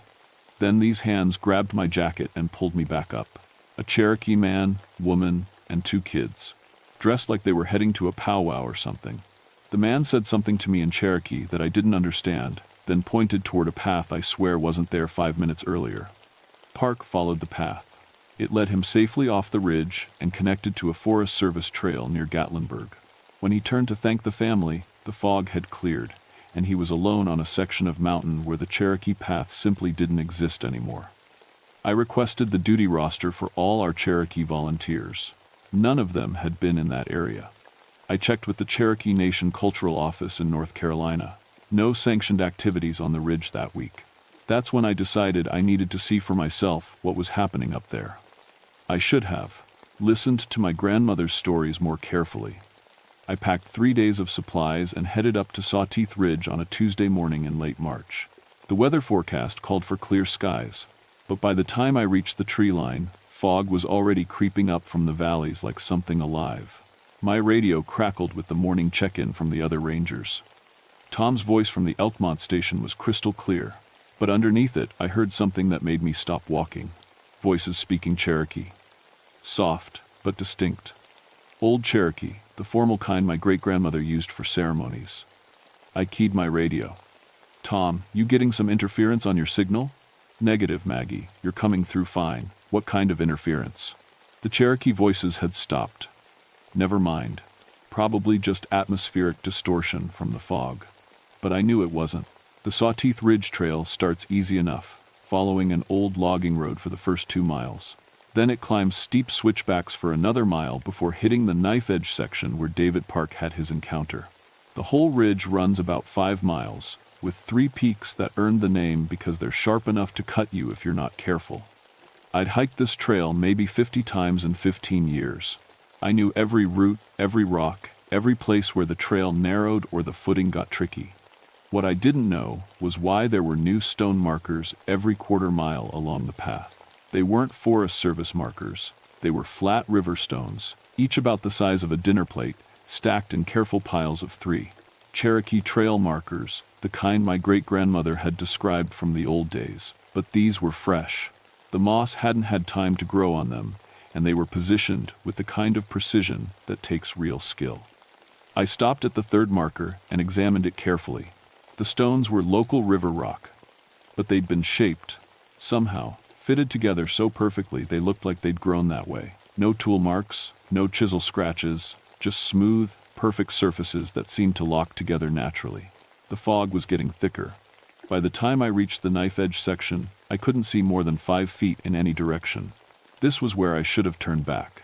Standard safety protocol says you don't hike dangerous terrain in 0 visibility. But I was a ranger with 15 years of experience, and I had a job to do. I clipped my safety line to the guide wire that runs along the worst section of the ridge and started forward, feeling for each step. The wind was completely still, which was wrong. There's always wind on the ridges, especially in weather like this. The silence was so complete I could hear my heartbeat echoing off the rocks. That's when I heard the drumming. Low, rhythmic, like a heartbeat made of thunder. It seemed to come from the valleys on both sides of the ridge, but that was impossible. Sound carries strange in fog, but this was different. This was drumming that I felt in my bones before I heard it with my ears. I stopped and listened. The drumming continued for maybe 30 seconds, then faded away. In the silence that followed, I heard footsteps on the trail ahead of me. Multiple people, walking at a steady pace, their feet finding secure footing where I was struggling to place each step. The footsteps were getting closer. I called out, "Hello? This is Park Service. Can you hear me?" The footsteps stopped. "I'm a ranger." I called again. "The trail's dangerous in this fog. I need to help you get to safety." A voice answered from about 10 feet away, speaking Cherokee. An old man's voice, formal and patient. I couldn't understand all the words, but the tone was clear. He was asking if I needed help. "English," I said. "Do you speak English?" "Yes," the voice said, switching languages smoothly. "You are the granddaughter of Martha Ironwood." My great-grandmother's name. Nobody had called her that in 20 years. "How do you know that name?" "She walked these paths with respect, as do you. The ridge is dangerous today. You should not travel alone." Through the fog, I saw the outline of a man. Tall, wearing what looked like traditional Cherokee clothing, buckskin jacket, geometric beadwork across the chest. His face was kind but ageless in the way that some Cherokee elders have, as if they've seen enough years that counting stopped mattering. "I'm a ranger," I said. "This is my job." "Are you with the cultural education program?" He smiled, and something about that smile made my skin crawl. Not because it was threatening, because it was too knowing, too understanding, like he could see straight through to thoughts I hadn't had yet. "I am with the people who have always walked these ridges," he said. "Come. The path is treacherous ahead. There is a safer way." He turned and started walking, not along the main trail, but toward what looked like solid rock. As I watched, fog swirled away from the mountain face, and I saw a narrow path carved into the stone, a path that definitely hadn't been there when I'd hiked this ridge 2 weeks ago. Every rational part of my mind said to clip back onto the main trail and head for safety. But 15 years of ranger training said you don't leave people alone on dangerous mountains, and my Cherokee blood said you listen when the elders offer guidance. I followed him into the fog. The path he led me on was impossible. It curved around cliff faces that should have been impassable, crossed gaps that seemed too wide to jump but somehow weren't, and wound through areas where the rock had been worn smooth by countless footsteps over centuries. We walked in silence for what felt like an hour. The fog began to thin as we climbed, and I started to see more clearly. The path we were on was beautiful, ancient stonework that flowed with the natural contours of the mountain, reinforced with fitted stones that looked like they'd been placed by master craftsmen. "This trail isn't on any map," I said. "Maps change," he replied. "Paths remain." When we reached the other side of the ridge, the fog cleared completely. I found myself standing at a familiar trail junction near the 3rd peak of the Sawteeth. A perfectly normal Forest Service trail that I'd hiked dozens of times. I turned to thank the old man, but he was gone. Not just out of sight, gone. The path we'd taken was gone too. There was nothing behind me but a sheer rock face that would take climbing gear to approach, and I was standing on solid ground with no memory of how I'd gotten there.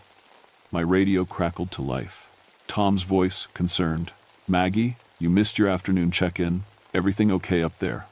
I looked at my watch. It was 4:30 p.m. I'd started following the old man at noon. 4.5 hours were missing from my day. "Yeah, Tom," I said, my voice shakier than I wanted it to be. "Just some navigation issues in the fog. Heading back now." But as I started down the mountain, I could feel eyes watching me from the ridges above. And when the wind shifted, I swear I could smell wood smoke from fires that weren't there. I didn't file a report about the old man. What was I going to write? Encountered helpful Cherokee spirit who led me through impossible terrain? Instead, I requested the maintenance logs for the Sawteeth Ridge. Someone was doing unauthorized trail work up there, and I was going to find out who. The logs showed nothing. No scheduled maintenance, no permit requests, no reports of volunteer activities.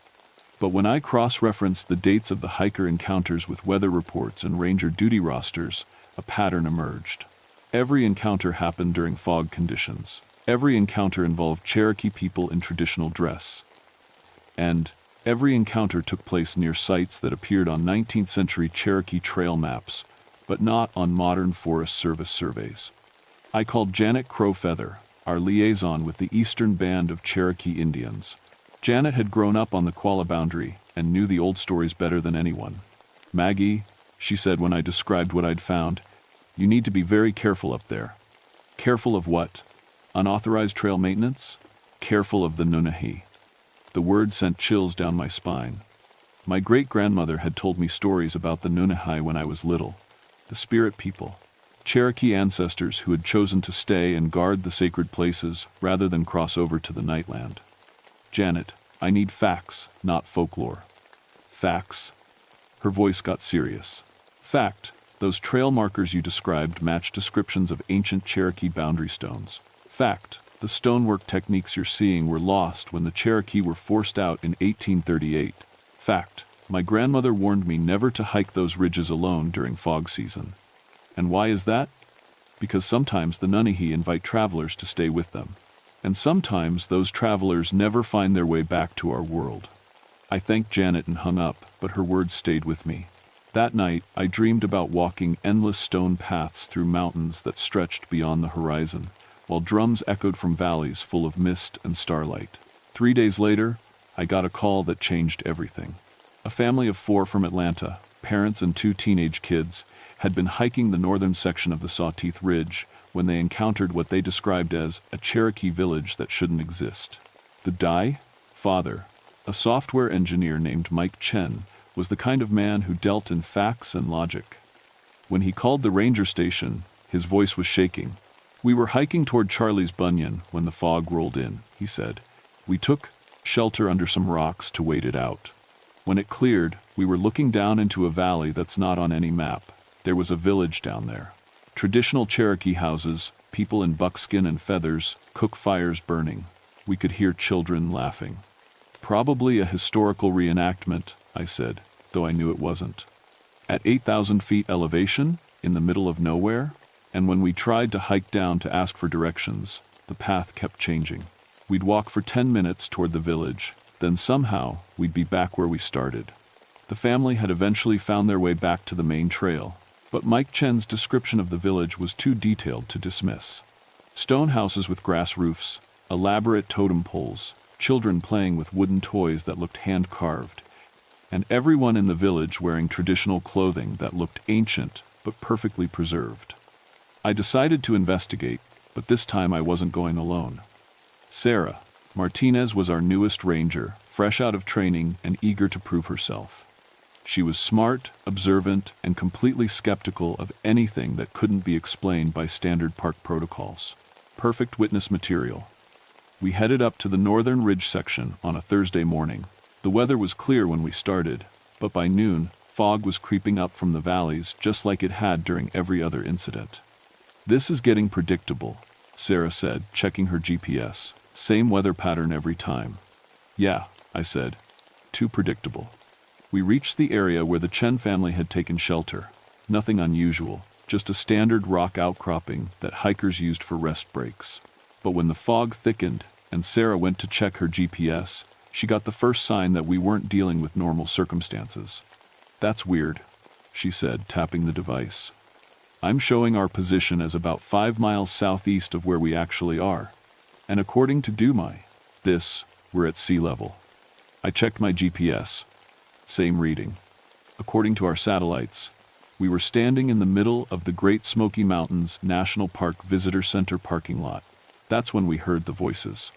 Singing, this time, Cherokee songs that I half remembered from childhood ceremonies my great-grandmother had taken me to. Multiple voices, harmonizing in the ancient style that makes your soul ache with longing for something you can't name. "Do you hear that?" Sarah asked. "Yeah. You?" Traditional Cherokee music, but there's no performance scheduled for this area. The singing was coming from below us, down in the valley that wasn't supposed to exist. As the fog shifted, we caught glimpses of what Mike Chen had described. Smoke rising from cook fires, the geometric patterns of traditional Cherokee buildings, people moving between the houses, going about daily life that looked like it belonged in a museum diorama. "We need to investigate," Sarah said, starting toward a path that led down into the valley. I grabbed her arm. "No, we document what we can see from here, then we report back. Maggie, this could be the discovery of the century. A preserved Cherokee settlement that's been hidden for over 100 years. Or it could be something that doesn't want to be discovered." But Sarah was already moving down the path, her camera out, taking pictures. I had no choice but to follow. The path was perfect, too perfect. Smooth stone steps that looked like they'd been carved yesterday, handholds positioned exactly where you needed them, wooden bridges over streams that ran crystal clear and sang like music as they flowed. We walked for 20 minutes, and the village got closer but never seemed to get any larger. It was like trying to approach something in a dream, always just out of reach, always exactly the same distance away. Then Sarah stopped walking.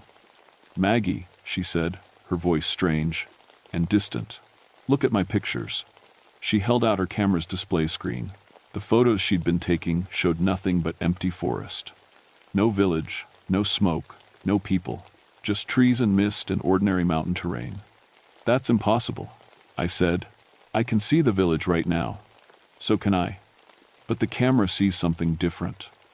That's when I looked around and realized we were lost. The path we'd been following had vanished. We were standing in the middle of thick forest with no trail in any direction. The village was still visible below us, but now it seemed farther away than when we'd started walking toward it. My radio crackled with static, then cleared enough for a voice to come through. But it wasn't dispatch. It was an old woman speaking Cherokee, her voice formal and urgent. Sarah looked at me with fear in her eyes for the first time since we'd started hiking together. "Maggie, what did she say?" I understood more Cherokee than I usually admitted. The old woman was giving us a warning. "Turn back now, or stay forever." She said we need to head back to the main trail. I lied. It took us 3 hours to find our way out. 3 hours of walking in circles, following paths that led nowhere, climbing over fallen trees that shouldn't have been there, and through thick undergrowth in areas that had been clear trail just minutes before. When we finally reached the main trail, the fog lifted completely. Behind us, the forest looked perfectly normal. No hidden paths, no village in the valley below, no sign that anything unusual had ever existed. But in my pocket, my digital camera held one photo that shouldn't have been possible. A picture of Sarah and me walking down a stone path toward a Cherokee village, full of people in traditional dress, all of them looking directly at the camera with expressions that seemed to say, "Welcome home," a photo that Sarah's camera had refused to take. I took a week of personal leave after the incident with Sarah. Officially, I needed to process some family business. Unofficially, I needed to talk to someone who might understand what was happening on the ridges. My great-aunt Rose lived on the Qualla boundary, in a small house that had belonged to our family for 4 generations. She was 83 years old and sharp as a knife edge, with eyes that seemed to see more than most people were comfortable with. "I've been waiting for you to come," she said when I knocked on her door. "The mountain spirits have been talking about you." Rose made tea and listened while I told her everything that had happened on the Sawteeth Ridge. When I finished, she was quiet for a long time. Your great-grandmother used to walk with them, she said finally. The Nunahi. They trusted her because she understood the old ways and honored the mountain places. But she always came back to this world. What are they? Really? Cherokee people who chose to stay when the soldiers came to take us west. They became something between human and spirit, guardians of the sacred places. They help travelers sometimes, but they also test them. Test them for what? Rose looked at me with those two knowing eyes. To see if they're worthy to join them. To see if they love the mountains enough to leave everything else behind. She told me stories I'd never heard. Cherokee families who had hidden in the deepest mountains during the removal, slowly transforming into something other than human. Travelers who had been invited to stay in the spirit villages and chose never to return. Rangers and hikers who had vanished over the years, their bodies never found. Why are they active now? I asked. The mountains are threatened, Rose said. Development. Pollution. Too many people who don't understand what they're walking on. The Nunahi are choosing new guardians. And they want me. They want someone who understands both worlds. Someone who can protect the sacred places from those who would harm them. That night, I made my decision. I was going back to the Sawtooth Ridge, alone, to confront whatever was happening there. But first, I left a sealed letter with Rose, with instructions to give it to the Forest Service if I didn't return within 3 days. I started hiking before dawn on a Saturday morning. No fog this time, clear skies and perfect visibility. I wanted to see everything clearly when it happened. I reached the knife edge section by noon and stopped to eat lunch. The stone trail markers were still there, but now there were more of them. They formed a clear path leading off the main trail and up toward the highest peak of the Sawtooth. I followed them. The path wound through terrain I'd never seen before, even after 15 years of hiking these mountains. Ancient trees that seemed too big for the elevation. Clearings carpeted with wildflowers that shouldn't bloom until late summer. Streams that ran uphill towards springs that bubbled up from solid rock. At the top of the peak, I found them waiting for me. Dozens of Cherokee people in traditional dress, standing in a circle around a fire that burned without wood. Men, women, children, elders, all of them with that same ageless quality I'd seen in the old man who had guided me through the fog. In the center of the circle stood a woman who looked exactly like my great-grandmother, but younger. She wore a dress of white buckskin, decorated with intricate beadwork, and her hair was braided with feathers and silver ornaments. "Margaret Ironwood," she said, her voice carrying clearly despite the wind that had started to howl around the peak. "Granddaughter of Martha, great-granddaughter of Sarah, we have been waiting for you." "You're Nunahi," I said. "We are the people who stayed, the people who chose the mountains over the world below. We have watched you walk our paths with respect, and we have tested your worthiness." Around the circle, the other figures nodded in unison. Children smiled at me with ancient eyes. Elders hummed songs that seemed older than memory. "We offer you a choice," the woman continued. "Stay with us and help guard these sacred places forever. Become one of us and never know hunger or cold or loneliness again. Walk the mountain paths between worlds and help protect what remains of the old ways." As she spoke, the circle began to change. The traditional clothing dissolved into mist and reformed as familiar ranger uniforms. The Cherokee faces shifted to show people I recognized. Hikers who had vanished over the years, park workers who had disappeared during routine patrols, visitors who had never made it back to their cars. All of them smiling, all of them looking peaceful and content. "Or," the woman said, "return to your world and forget you ever saw us. Go back to your ranger duties and your paperwork and your radio calls. Grow old and tired and watch as the mountains are slowly destroyed by those who see them as nothing more than a playground." The choice was real. I could feel it in my bones. Stay and become a guardian spirit, or leave and pretend none of this had happened. I thought about my great-grandmother's stories, about the responsibility of protecting sacred places, about 15 years of watching the mountains get more crowded and more damaged every year. But I also thought about the hikers who trusted rangers to bring them home safely, about Sarah Martinez and the other young rangers who needed experienced guides, about the Cherokee kids on the reservation who needed someone to teach them about their heritage in ways they could understand and carry back to the modern world. "I can't stay," I said finally. But I can help you from my world. I can protect the sacred places as a ranger and teach others to respect them."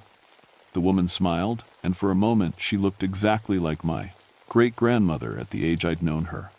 "We hoped you would choose this path," she said. "You are more valuable to us in your world than in ours." But the choice had to be yours to make. The circle began to fade, becoming translucent in the afternoon sunlight. But before they disappeared completely, the woman stepped forward and pressed something into my hand. A small stone, smooth and warm, carved with symbols I didn't recognize but somehow understood. "When the mountains are in danger," she said, "hold this and call to us. We will hear you."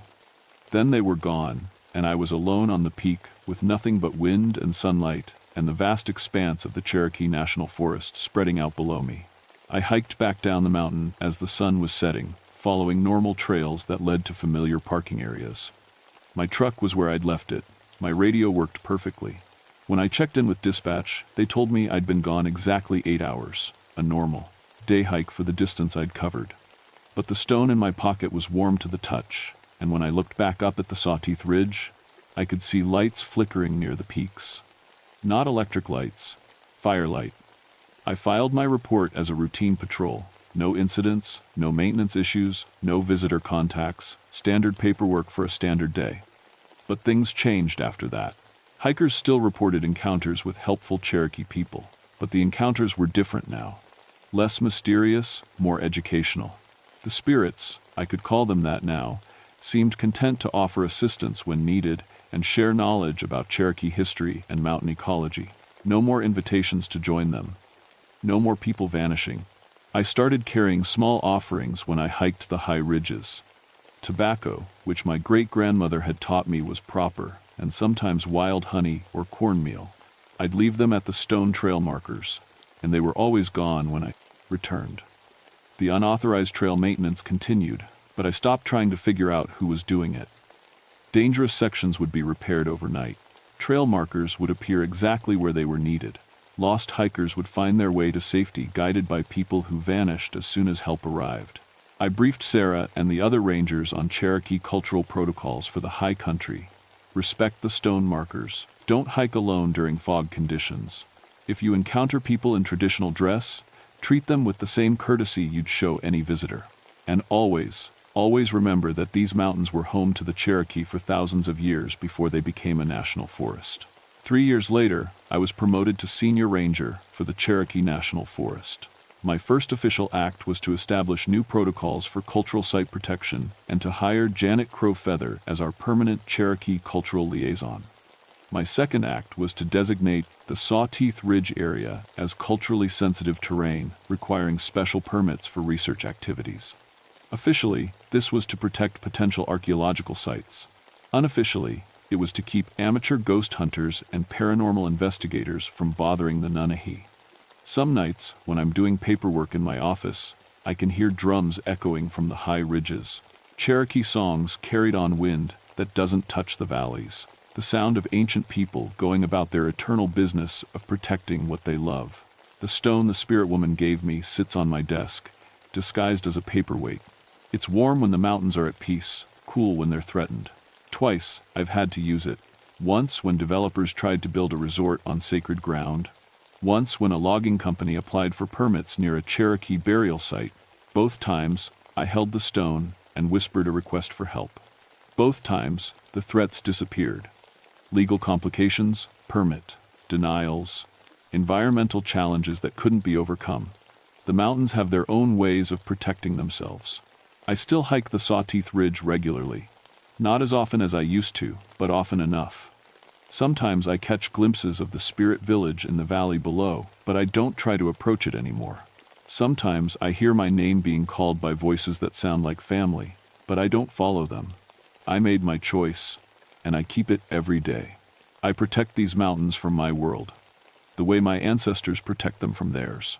But on quiet nights, when fog fills the valleys, and the drums echo from the high places, I remember the peace I saw in their faces, the contentment of people who chose love over safety, duty over comfort, forever over the brief span of ordinary human life. And sometimes, just sometimes, I understand why so many people choose to stay. The ridge walkers are still out there. If you hike the Cherokee National Forest, especially the high country near the Tennessee-North Carolina border, you might meet them. They're helpful folks, knowledgeable about the trails and generous with directions. Just remember, they're not really offering you a trail map. They're offering you a choice. Choose carefully.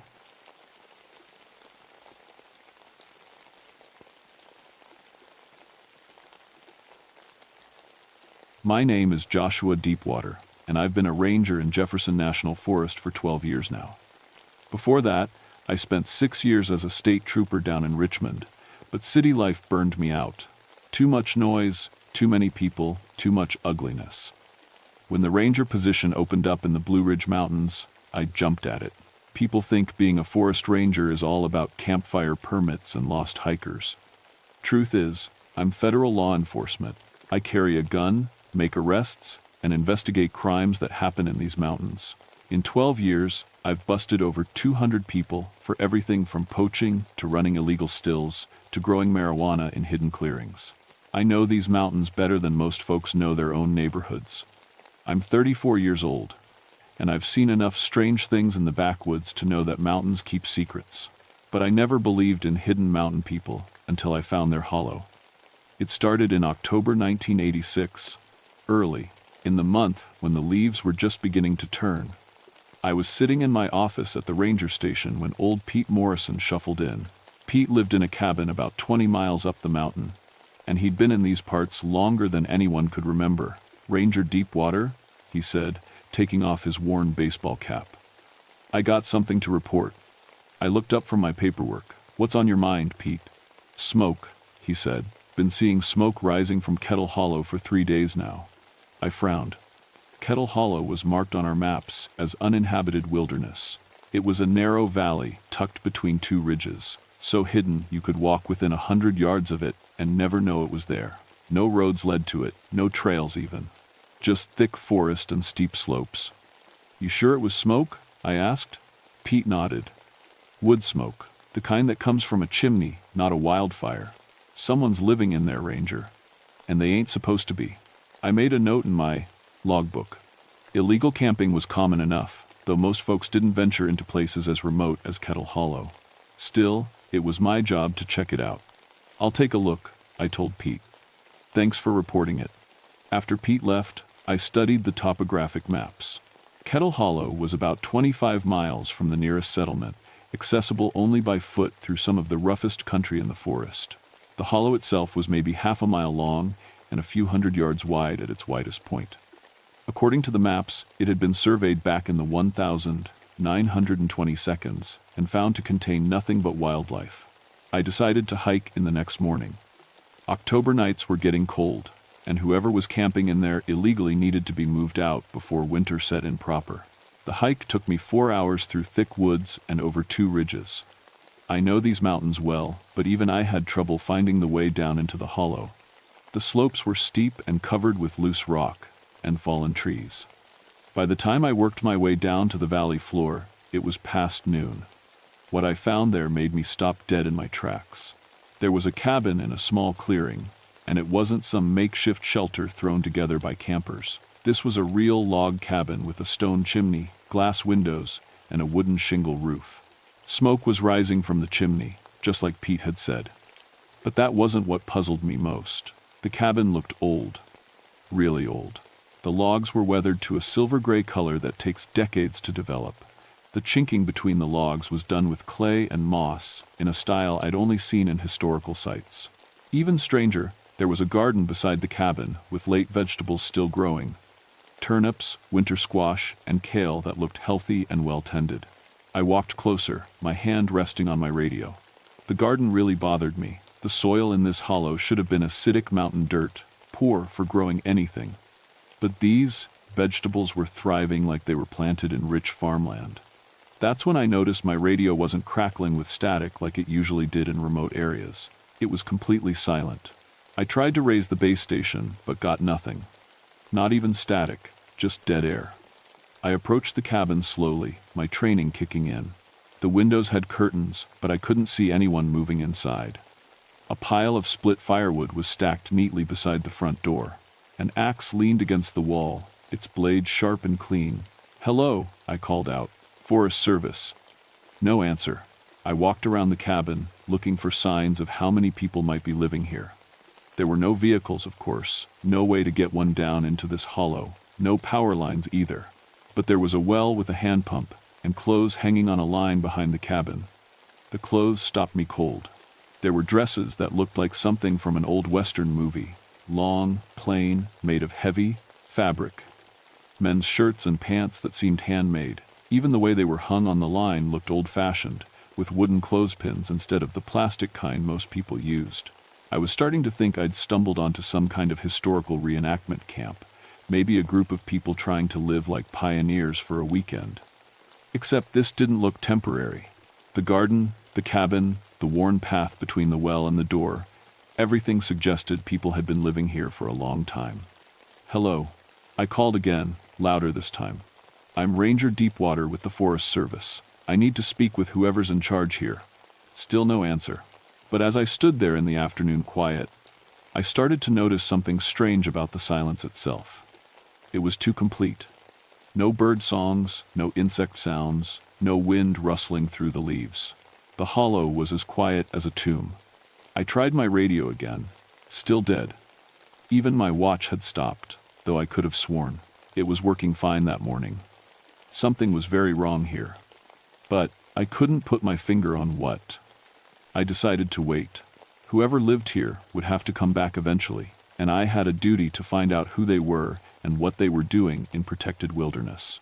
I found a fallen log at the edge of the clearing, where I could sit and watch the cabin without being too obvious about it. The afternoon stretched on. The sun moved across the sky, but something felt off about its path. It seemed to be moving too slowly, like the day was lasting longer than it should. I kept checking my watch, forgetting it had stopped. Around what I guessed was 4 o'clock, I heard something. Voices, distant and soft. They were coming from the far end of the hollow, where the valley narrowed to a point. I stood up and saw them. 3 people were walking toward the cabin, a man, a woman, and a child. Even from a distance, I could tell something was strange about them.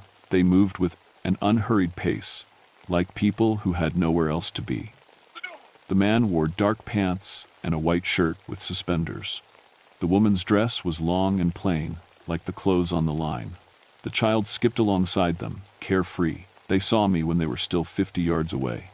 The man raised his hand in greeting, not surprised or alarmed to find a stranger in their clearing. They approached slowly, and as they got closer, I could see their faces clearly. They looked normal enough. The man was maybe 40, with dark hair and a beard. The woman was younger, with her hair pinned back in a simple style. The child was a girl, perhaps 8 or 9 years old. But there was something about them that made my skin crawl. They looked too perfect, too calm, like people in an old photograph.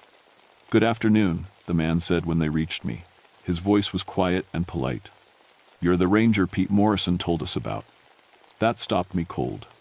"Pete told you I was coming?" The man nodded. "Word travels fast in these mountains. We don't get many visitors."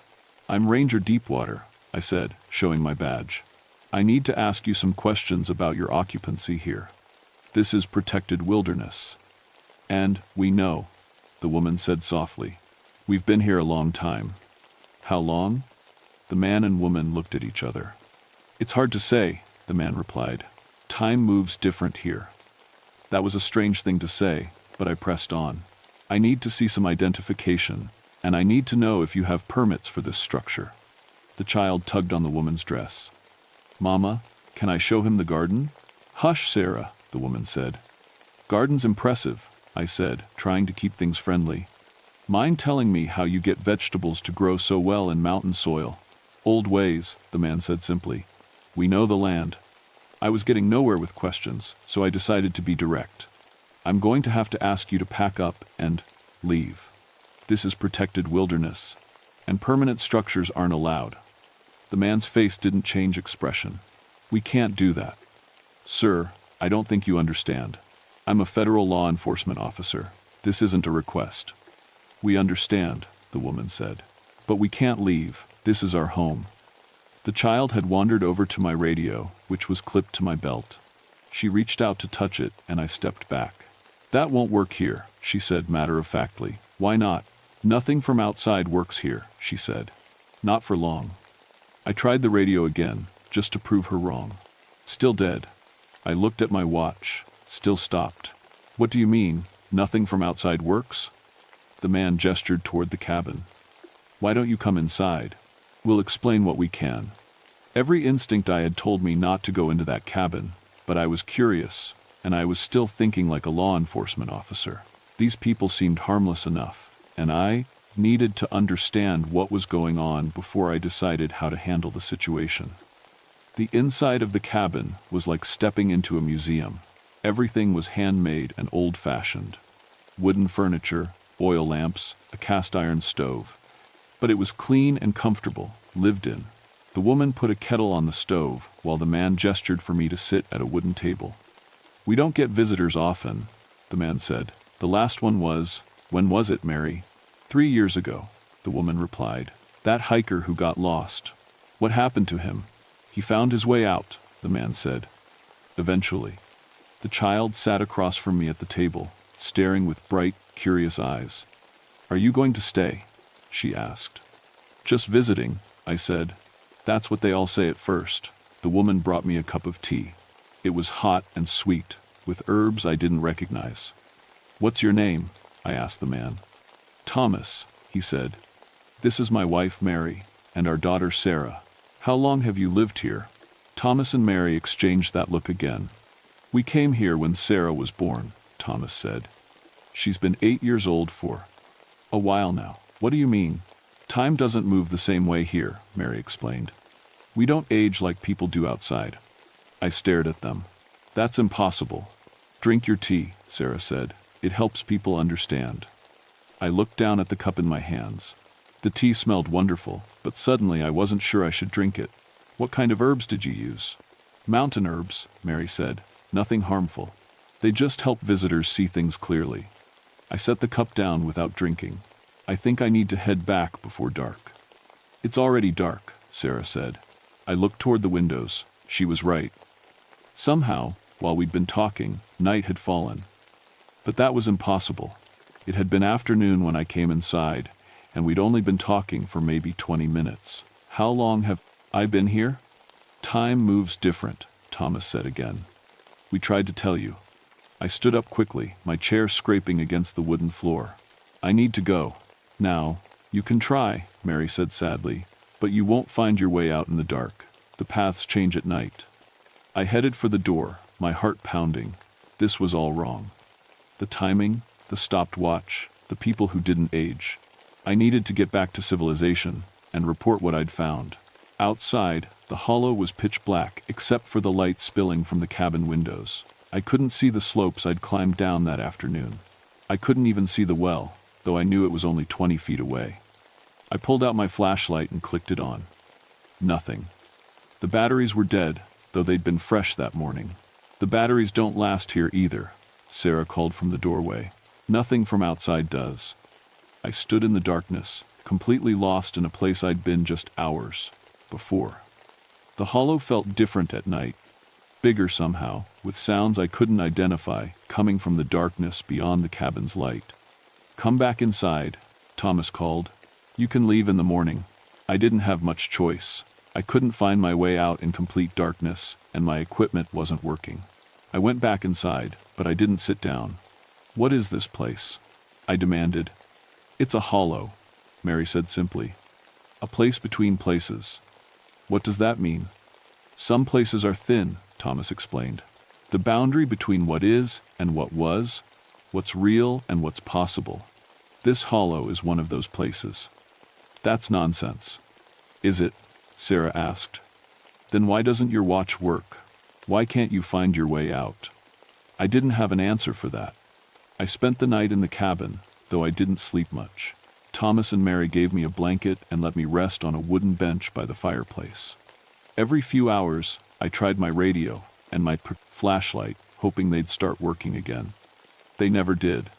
The family went about their evening routine as if having a stranded ranger in their home was perfectly normal. Mary prepared a simple dinner of vegetables from their garden and bread that tasted like it was baked that day. Thomas sat by the fire, carving something from a piece of wood. Sarah played with a doll made of corn husks and scraps of cloth. They offered to share their food, but I declined. I had trail rations in my pack, and something told me I shouldn't eat anything that came from this place. "You're afraid," Sarah observed as I ate a Benergy bar from my pack. "I'm cautious," I corrected. "Same thing," she said. "The last visitor was afraid too. He wouldn't eat our food for 3 days. What happened after 3 days?" "He got hungry enough," Thomas said, without looking up from his carving. "As the night wore on, I started hearing things outside the cabin. Footsteps circling the building, voices talking in the distance, though I couldn't make out words. Sometimes it sounded like music, old fiddle tunes played slowly, like a record running down. "Who else lives here?" I asked. "Neighbors," Mary said. "This hollow's been home to folks for a long time." "How many neighbors?" "Hard to say. People come and go. Some stay, some don't." Around midnight, someone knocked on the door. 3 slow, measured knocks. Thomas went to answer it. An old woman stood in the doorway, bent with age but with bright, alert eyes. She wore a long, dark dress and carried an oil lamp. "Brought some herbs for the visitor," she said, her voice crackling like dry leaves. She looked directly at me. For his understanding. "Much obliged, Granny Colton," Mary said, taking a small cloth bag from the woman. The old woman studied me for a long moment. "He's got the look," she said finally. "What look?" I asked. "The look of someone who's starting to see. Most folks who find this place, do, sooner or later." She turned to go, then stopped. "Your people outside are looking for you. They won't find you till you're ready to be found." After she left, I tried to process what she'd said. "My people are looking for me?" "Your ranger station," Thomas explained. "When you don't report in, they'll send search teams." "How do you know that?" "We've seen it before. They'll search these mountains for weeks. They'll walk right past this hollow and never see it." "That's impossible." "You keep saying that word," Sarah said. "Maybe you should stop using it here." I tried to stay awake all night, but exhaustion finally won. I dozed off on the bench sometime before dawn. I woke to the smell of bacon and eggs. Morning sunlight was streaming through the windows, and Mary was cooking breakfast on the wood stove. "Feeling better?" she asked. I sat up, my neck stiff from sleeping on the wooden bench. My watch was still stopped, my radio still dead. But in daylight, the hollow looked normal again. I could see the slopes I'd climbed down the day before. "I need to leave," I said. "Now." "Of course," Thomas said. "We'll show you the way out." But when we stepped outside, something was wrong. The hollow looked the same, but different somehow. The garden was bigger than it had been the day before. There were more vegetables, different types I hadn't noticed. The cabin looked older, more weathered. "Did you change something?" I asked. "Nothing changes here," Mary said, "but sometimes visitors see more clearly after a night's rest." Thomas led me toward the slopes, but the path I'd taken down wasn't there anymore. Instead, there was a different trail, one that led in what seemed like the right direction, but felt completely wrong. "This isn't the way I came," I said. "There are many ways in and out," Thomas explained. "The hollow chooses which path you take." We climbed for what felt like hours. The trail switchbacked up the steep slope, but it seemed to go on forever. My legs should have been tired, but they weren't. I should have been breathing hard, but I wasn't even winded. Halfway up the slope, we met another family coming down. A man and woman with 2 children, all dressed in clothes that looked like they belonged in a different century entirely. The man wore a long coat and a tall hat. The woman's dress had puffy sleeves and reached all the way to the ground.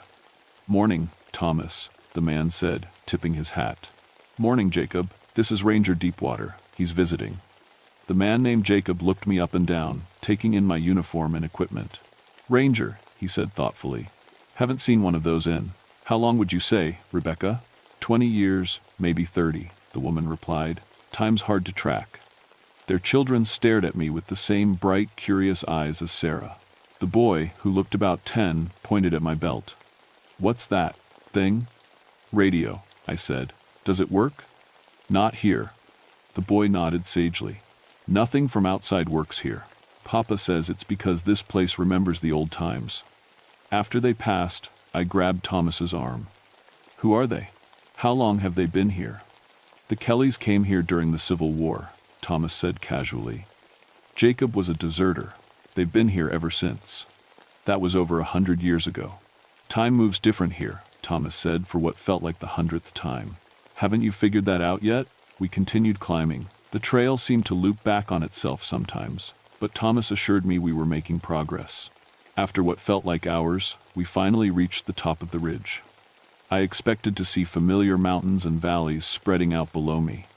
Instead, I saw nothing but thick white fog rolling through the trees. Where's the outside? I asked.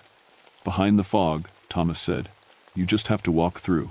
The fog bank was only about 50 feet wide, but stepping into it felt like stepping into another world. The temperature dropped, and the air became thick and humid. I couldn't see more than a foot in any direction. Just keep walking straight, Thomas called from behind me. His voice sounded distant, even though he was right there. I took a few more steps and suddenly broke through into clear air. I was standing on a ridge I recognized, looking down at familiar valleys. My radio immediately crackled to life with static.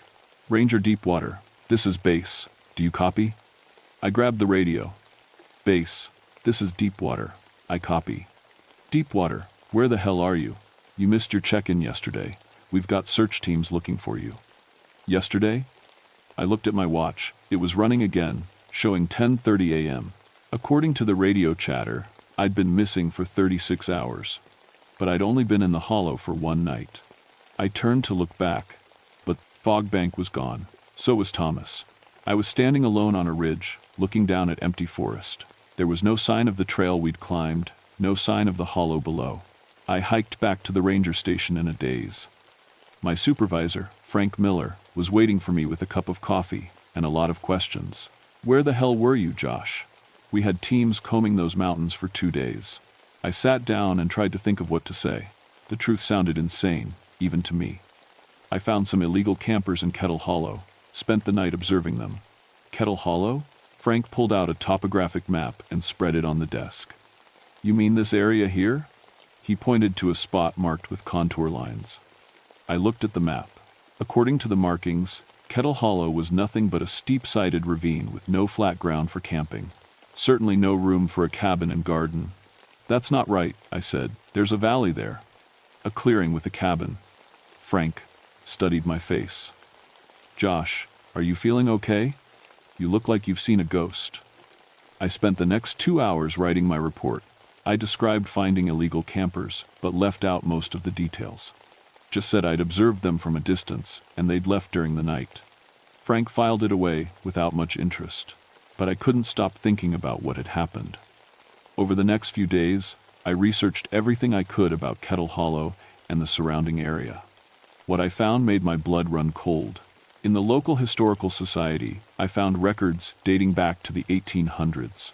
Multiple mentions of families who had disappeared into the mountains during times of trouble. During the Civil War, several families had vanished after Union soldiers came looking for Confederate deserters. During the Great Depression, more families had simply walked into the wilderness and never come out. The records all mention the same thing. These people had last been seen heading toward what the old-timers called the Hidden Hollow. I also found newspaper clippings from the 1,960 seconds about a hiker who'd gone missing for 3 weeks.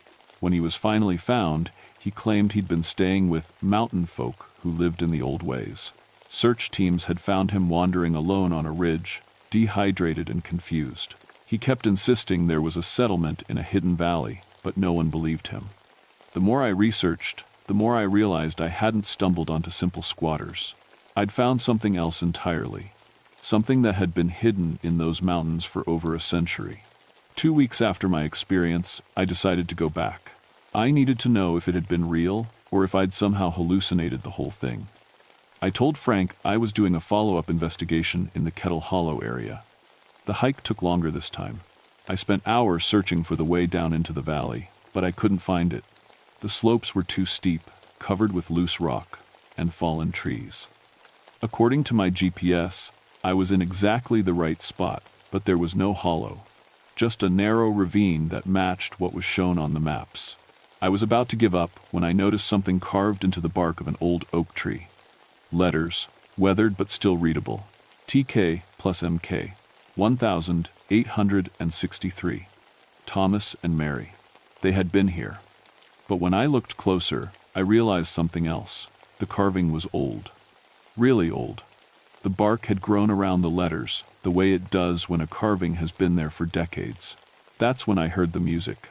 Faint fiddle tunes drifting on the wind, coming from somewhere down in the ravine. I followed the sound, climbing over fallen logs and through thick brush. The music led me to a gap between two boulders that I hadn't noticed before. I squeezed through the gap and found myself looking down into the hidden valley. The hollow was there, just as I remembered it. The cabin, the garden, the smoke rising from the chimney, and people moving around in the clearing below. But something was different. There were more people than before. Families in clothing from different time periods, all going about their daily business, children playing, women hanging laundry, men working in expanded gardens. I recognized Thomas and Mary among them, and Sarah, still looking exactly 8 years old. I climbed down into the hollow, and once again, my watch stopped and my radio went dead. But this time, I was ready for it. Thomas saw me coming and walked over to greet me. "Ranger Deepwater, we wondered when you'd be back." "How did you know I'd come back?" "They always do," he said simply. "The ones who find this place, they can't stay away." "What is this place, really?" Thomas gestured toward the other families. "It's a refuge. A place for people who don't fit in the outside world anymore. We came here during the war. My war, anyway." Mary was pregnant with Sarah, and the soldiers were burning out. Anyone they thought might be helping the other side. The Civil War? That's right. We heard stories about a hidden valley where time moved slow, where people could wait out the troubles. We found it just before Sarah was born. I looked around at the other families. And them? Different troubles, different times. The Kellys came during the same war. The Morrisons came during the hard times in the 30s. The Hendersons came when the government was building the interstate through their land. But how is this possible? An old woman approached us. The same one who had visited the cabin that first night. "Some places are thin, boy," she said in her crackling voice. The Cherokee knew about them. The old-timers who came after knew too. Places where time pools like water in a quiet eddy. "This is Granny Colton," Thomas explained. "She's been here the longest." "How long?" I asked.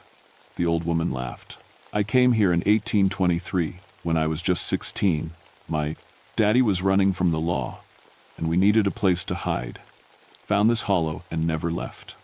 I stared at her. If she was telling the truth, she was over 180 years old. "The hollow takes care of its own," she continued. "We don't age much here. Don't die of the usual things. But we can't leave, not for long. The outside world moves too fast for us now." "What do you mean?" "Try leaving," Thomas said. "Really leaving. Go back to your regular life. See what happens." I spent the afternoon talking with the families in the hollow. Each had a similar story. They'd come here fleeing some kind of trouble, war, poverty, persecution, loss. The hollow had taken them in, kept them safe, kept them young. But it had also kept them isolated from the world outside. As evening approached, I knew I had to make a decision. I could leave and report what I'd found, bring in teams of researchers and government officials, turn the hollow into a science project, or I could keep the secret. "What happens if I tell people about this place?" I asked Granny Colton. "Then it won't be hidden anymore," she said sadly. "And we'll have to move on, find another thin place if one exists." "Where would you go?" "Don't know. Might not be anywhere left for folk like us. The world's getting too connected, too watched. This might be the last place like it." I thought about the families I'd met. They weren't hurting anyone. They were just trying to live their lives in peace, preserving old ways and old knowledge. Did I have the right to destroy that? That night, I made my choice. I left the hollow the next morning and filed my final report. Kettle Hollow was uninhabited wilderness, unsuitable for camping or development. Difficult to access, poor soil, no water sources. Not worth further investigation. Frank accepted the report without question. The case was closed. But my relationship with the hollow wasn't over. Every few months, I find myself hiking, back to that hidden valley. Sometimes I can find it, sometimes I can't. It depends, Thomas tells me, on how much I need to be there. The families always welcome me back. I've watched their community grow as new refugees find their way to the hidden place. A family from the 1,952nd who lost their farm to a dam project. A Vietnam veteran who couldn't adjust to civilian life. An old woman whose mountain home was demolished for a shopping mall. They all have the same look in their eyes, people who've stepped outside of time to preserve something precious. I've learned things in the Hollow that they don't teach at the Ranger Academy. Old skills, old knowledge, old ways of reading the land. The families there remember how people lived before electricity and highways, before the world got so fast and loud. Sometimes I bring them news from outside. They want to know about the world they left behind, but they don't want to rejoin it. They've found something better, a place where time moves at the speed of seasons instead of the speed of clocks. My supervisor started noticing changes in me after a few months. I was calmer, more patient, better at reading the moods of the mountains. When other rangers encountered situations they couldn't explain, strange lights, voices in empty valleys, footprints that led nowhere, they started coming to me for advice. I never told them about the Hollow directly, but I taught them what Granny Colton had taught me. Some places are thin, some mysteries are meant to stay mysterious. And sometimes the best thing a law enforcement officer can do is know when not to enforce the law. Last month, I got a call about smoke rising from an uninhabited valley about 30 miles north of Kettle Hollow. A hiker had reported seeing lights and hearing music where no one should have been living. I told my supervisor I'd investigate, but I already knew what I'd find, or rather, what I'd report not finding. The mountains are full of hidden places, and they're all running out of room to hide. Every year, there are more roads, more development, more people with cameras and GPS units and satellites watching from space. The thin places are getting thinner, and the refuges are getting smaller. But as long as I'm a ranger in these mountains, I'll make sure some secrets stay secret. Some folks deserve to live outside of time, preserving the old ways for anyone wise enough to seek them out. If you ever find yourself hiking in the Blue Ridge Mountains and you smell wood smoke where there shouldn't be any, or hear fiddle music drifting from an empty valley, you might want to think twice before investigating. Some doors, once opened, can't be closed again. And some paths, once walked, lead places you might not want to leave. The Hollow folk are still out there, waiting patiently in the spaces between what is and what was. They'll be there long after the rest of us have forgotten what it means to live by. The rhythm of seasons instead of clocks. Time moves different in the hidden places, and sometimes if you're lucky or unlucky, you might find one of them calling your name. Just remember, once you've tasted that kind of peace, the outside world never quite fits the same way again. I should know. I've been aging slower ever since my first visit to the Hollow, and every month, it gets a little harder to care about the fast, loud world beyond the mountains. The Hollow folk are patient, they can wait, and they're always looking for new neighbors.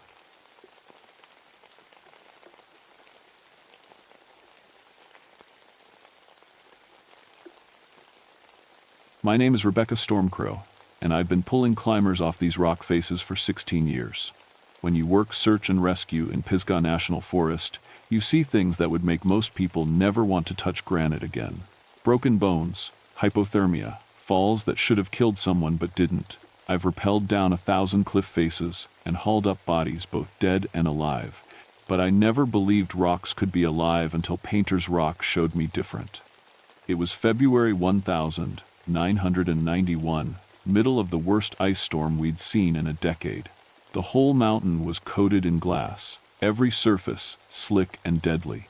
Any sane person would stay inside, but climbers aren't sane people. We got 3 calls that week about folks stuck on the granite domes around Looking Glass Rock. 2 we brought down easy enough. The 3rd call changed everything. "Rebecca, you need to get up to Painter's Rock," dispatch crackled through my radio. Got some climbers reporting vandalism on the main face. Painter's Rock sits about a half-mile from the main Looking Glass Dome, a massive chunk of granite that rises 4,000 feet above the valley floor. It's a technical climb even in good weather, and in ice storm conditions, it might as well be on the moon. But vandalism on protected rock formations is serious business. Cherokee petroglyphs cover parts of these mountains, and we don't mess around with people damaging cultural sites. I loaded my pack with extra rope, ice axes, and medical supplies. My partner Jake was down with flu, so I'd be going solo. Not ideal, but I'd climbed Painter's Rock so many times I could probably do it blindfolded. Every handhold, every crack, every place where the granite shifted from solid to sketchy, I knew it all. The hike to the base took 2 hours through snow and ice. By the time I reached the rock face, my fingers were numb despite thick gloves. Painter's Rock loomed above me, a wall of gray granite disappearing into low clouds. Ice covered most of the surface, but I could see dark marks on the stone about 40 feet up. From the ground, they looked like fresh scratches or paint marks. I set my anchors and started climbing. The rock felt different under my hands, warmer than it should have been, even through my gloves. Ice should have made the granite feel like touching a freezer, but this felt almost alive. Body temperature. I shook it off. Adrenaline does weird things to your senses when you're on a wall. 40 feet up, I reached the marks the climbers had reported. What I saw there made me stop breathing for a full 10 seconds. These weren't scratches or paint marks, they were petroglyphs, ancient symbols carved deep into the stone. But that was impossible. This section of Painter's Rock had been climbed hundreds of times. Every route had been photographed and mapped.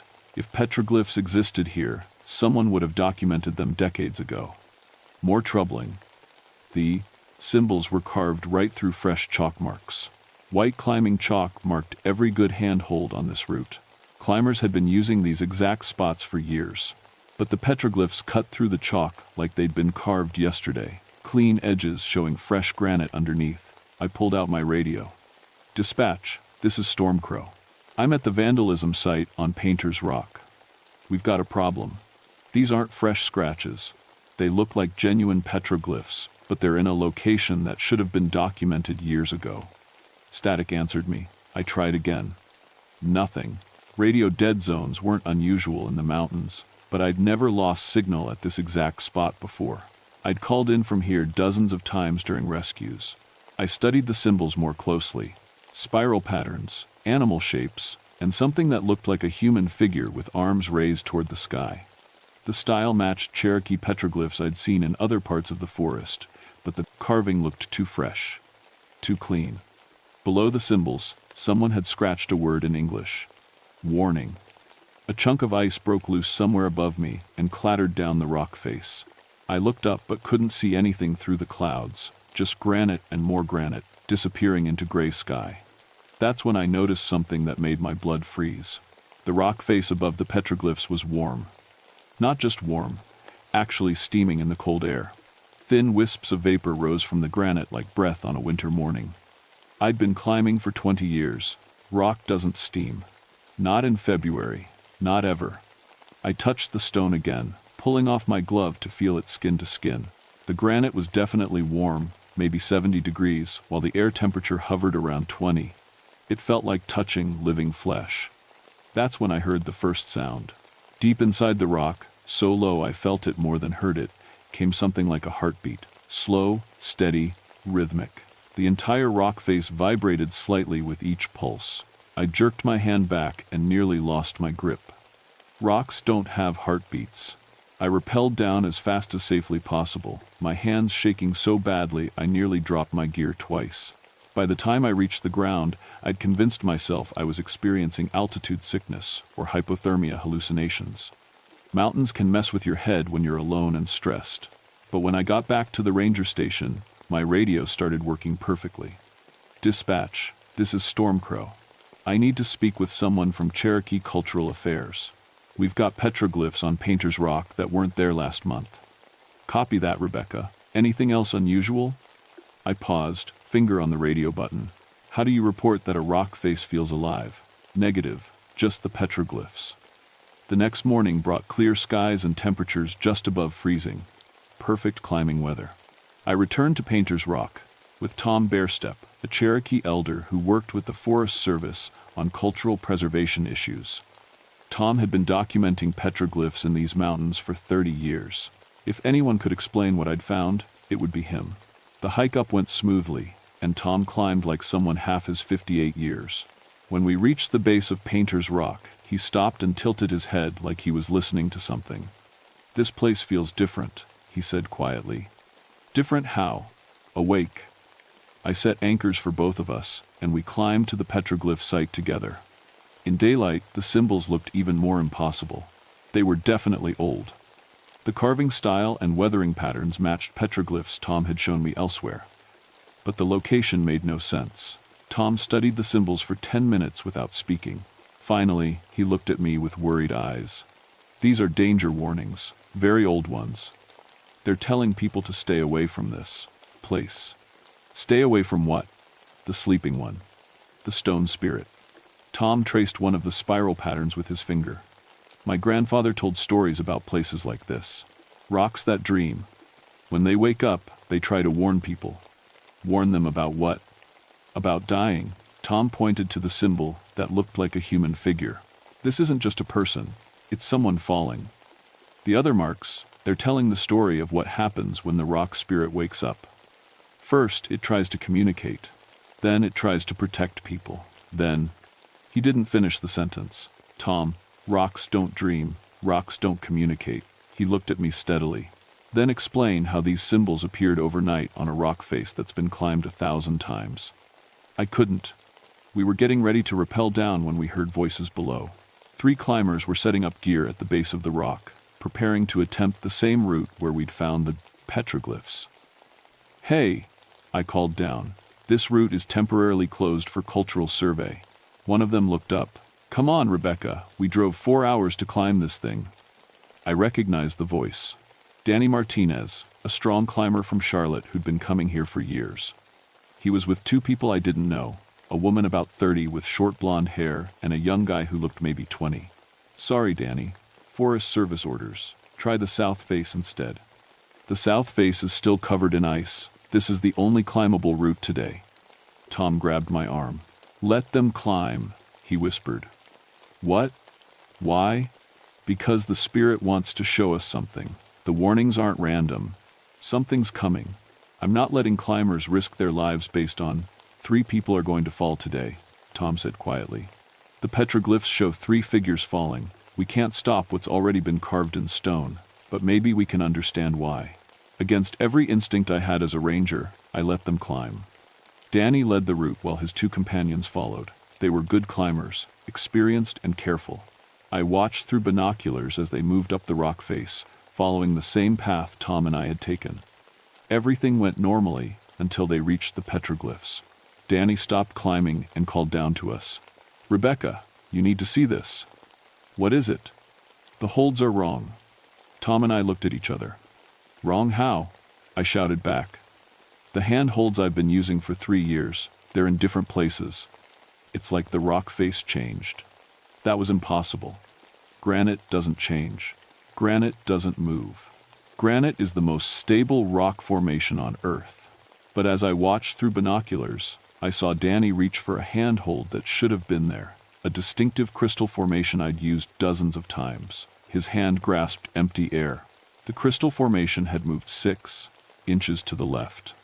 Danny's partner, the blonde woman, called down next.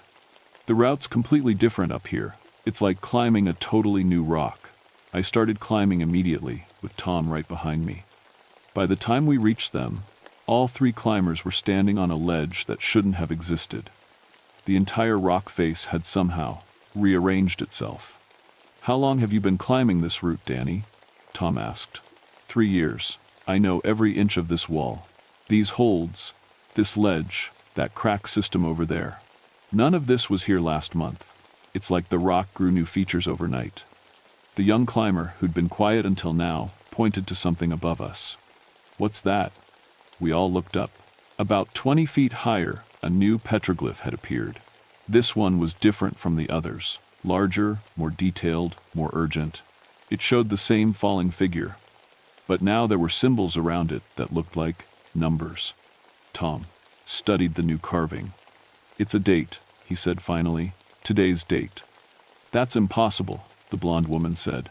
"You can't carve stone that fast. These markings would take hours with power tools." "Unless the stone is carving itself," Tom replied.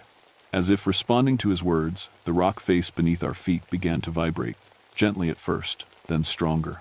The vibration had that same rhythmic quality I'd felt the day before, like a massive heartbeat. "We need to get off this rock," I said, "now." But when Danny tried to rappel, his rope wouldn't hold. The anchor points he'd set in solid cracks had somehow become loose. The granite around his protection had crumbled, leaving his safety gear hanging by threads. "My anchors are failing," he called out, voice tight with fear. "The rock is falling apart around my protection." I looked at Tom. "The spirit doesn't want them to leave," he said quietly. "Why not?" "Because something worse is coming. The rock is trying to keep them safe." We were trapped on a ledge that shouldn't exist, on a rock face that was apparently alive, with safety equipment failing for no reason that made any sense. As a search and rescue ranger, I'd trained for a lot of emergency scenarios.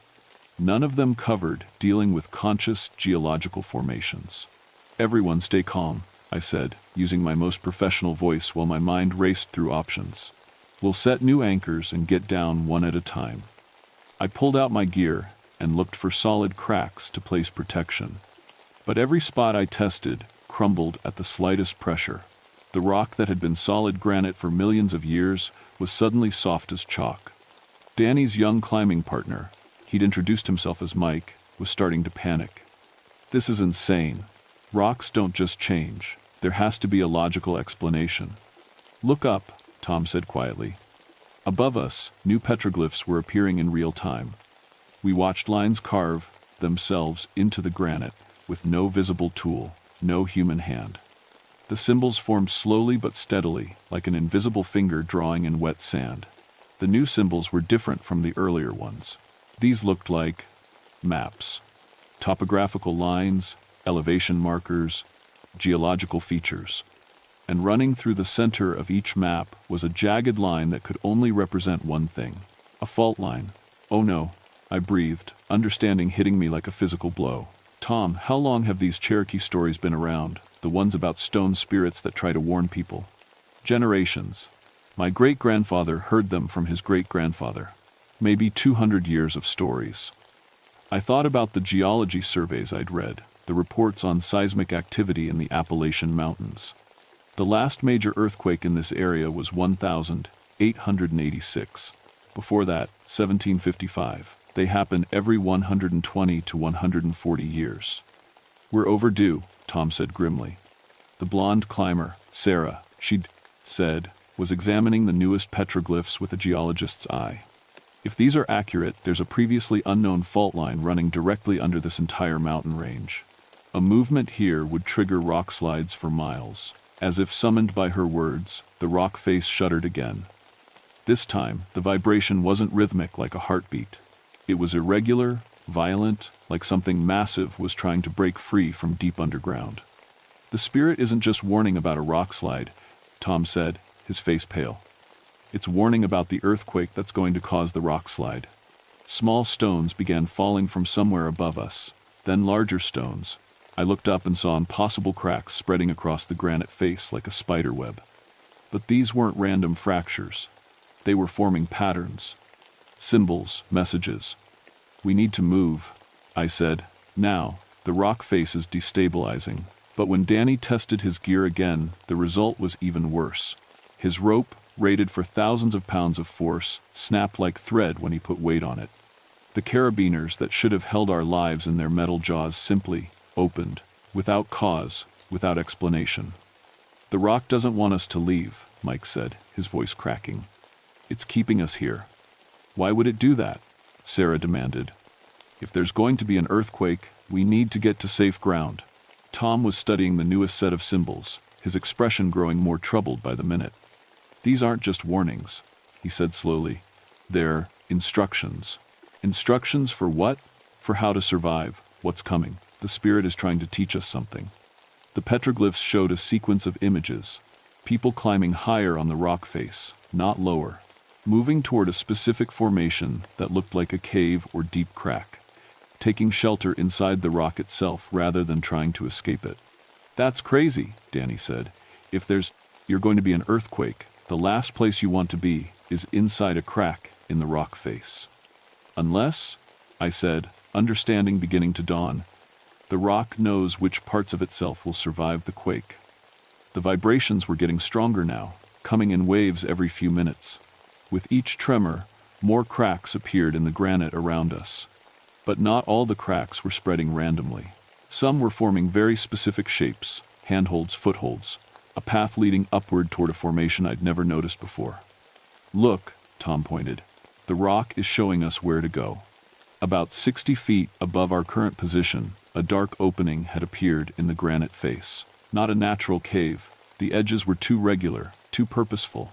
It looked like the rock had opened itself, creating shelter exactly where the petroglyphs indicated it would be. "I've climbed this route dozens of times," Danny said, staring upward. "That cave was never there before." "A lot of Gove too. Things were never there before," Sarah replied grimly. The falling stones were getting larger and more frequent. One chunk of granite, easily 50 pounds, crashed onto the ledge where we'd been standing just minutes before. If we'd still been there, someone would have died. "We climb up," I decided. "Follow the path the rock is showing us. It's our only chance." "What if the rock is wrong?" Mike asked. "What if we're climbing into a trap?" "Then we die," Tom said simply. "But if we stay here, we die anyway. At least this way, we're trusting something that's been trying to warn people for 200 years. I went first, testing each new hold the rock had provided.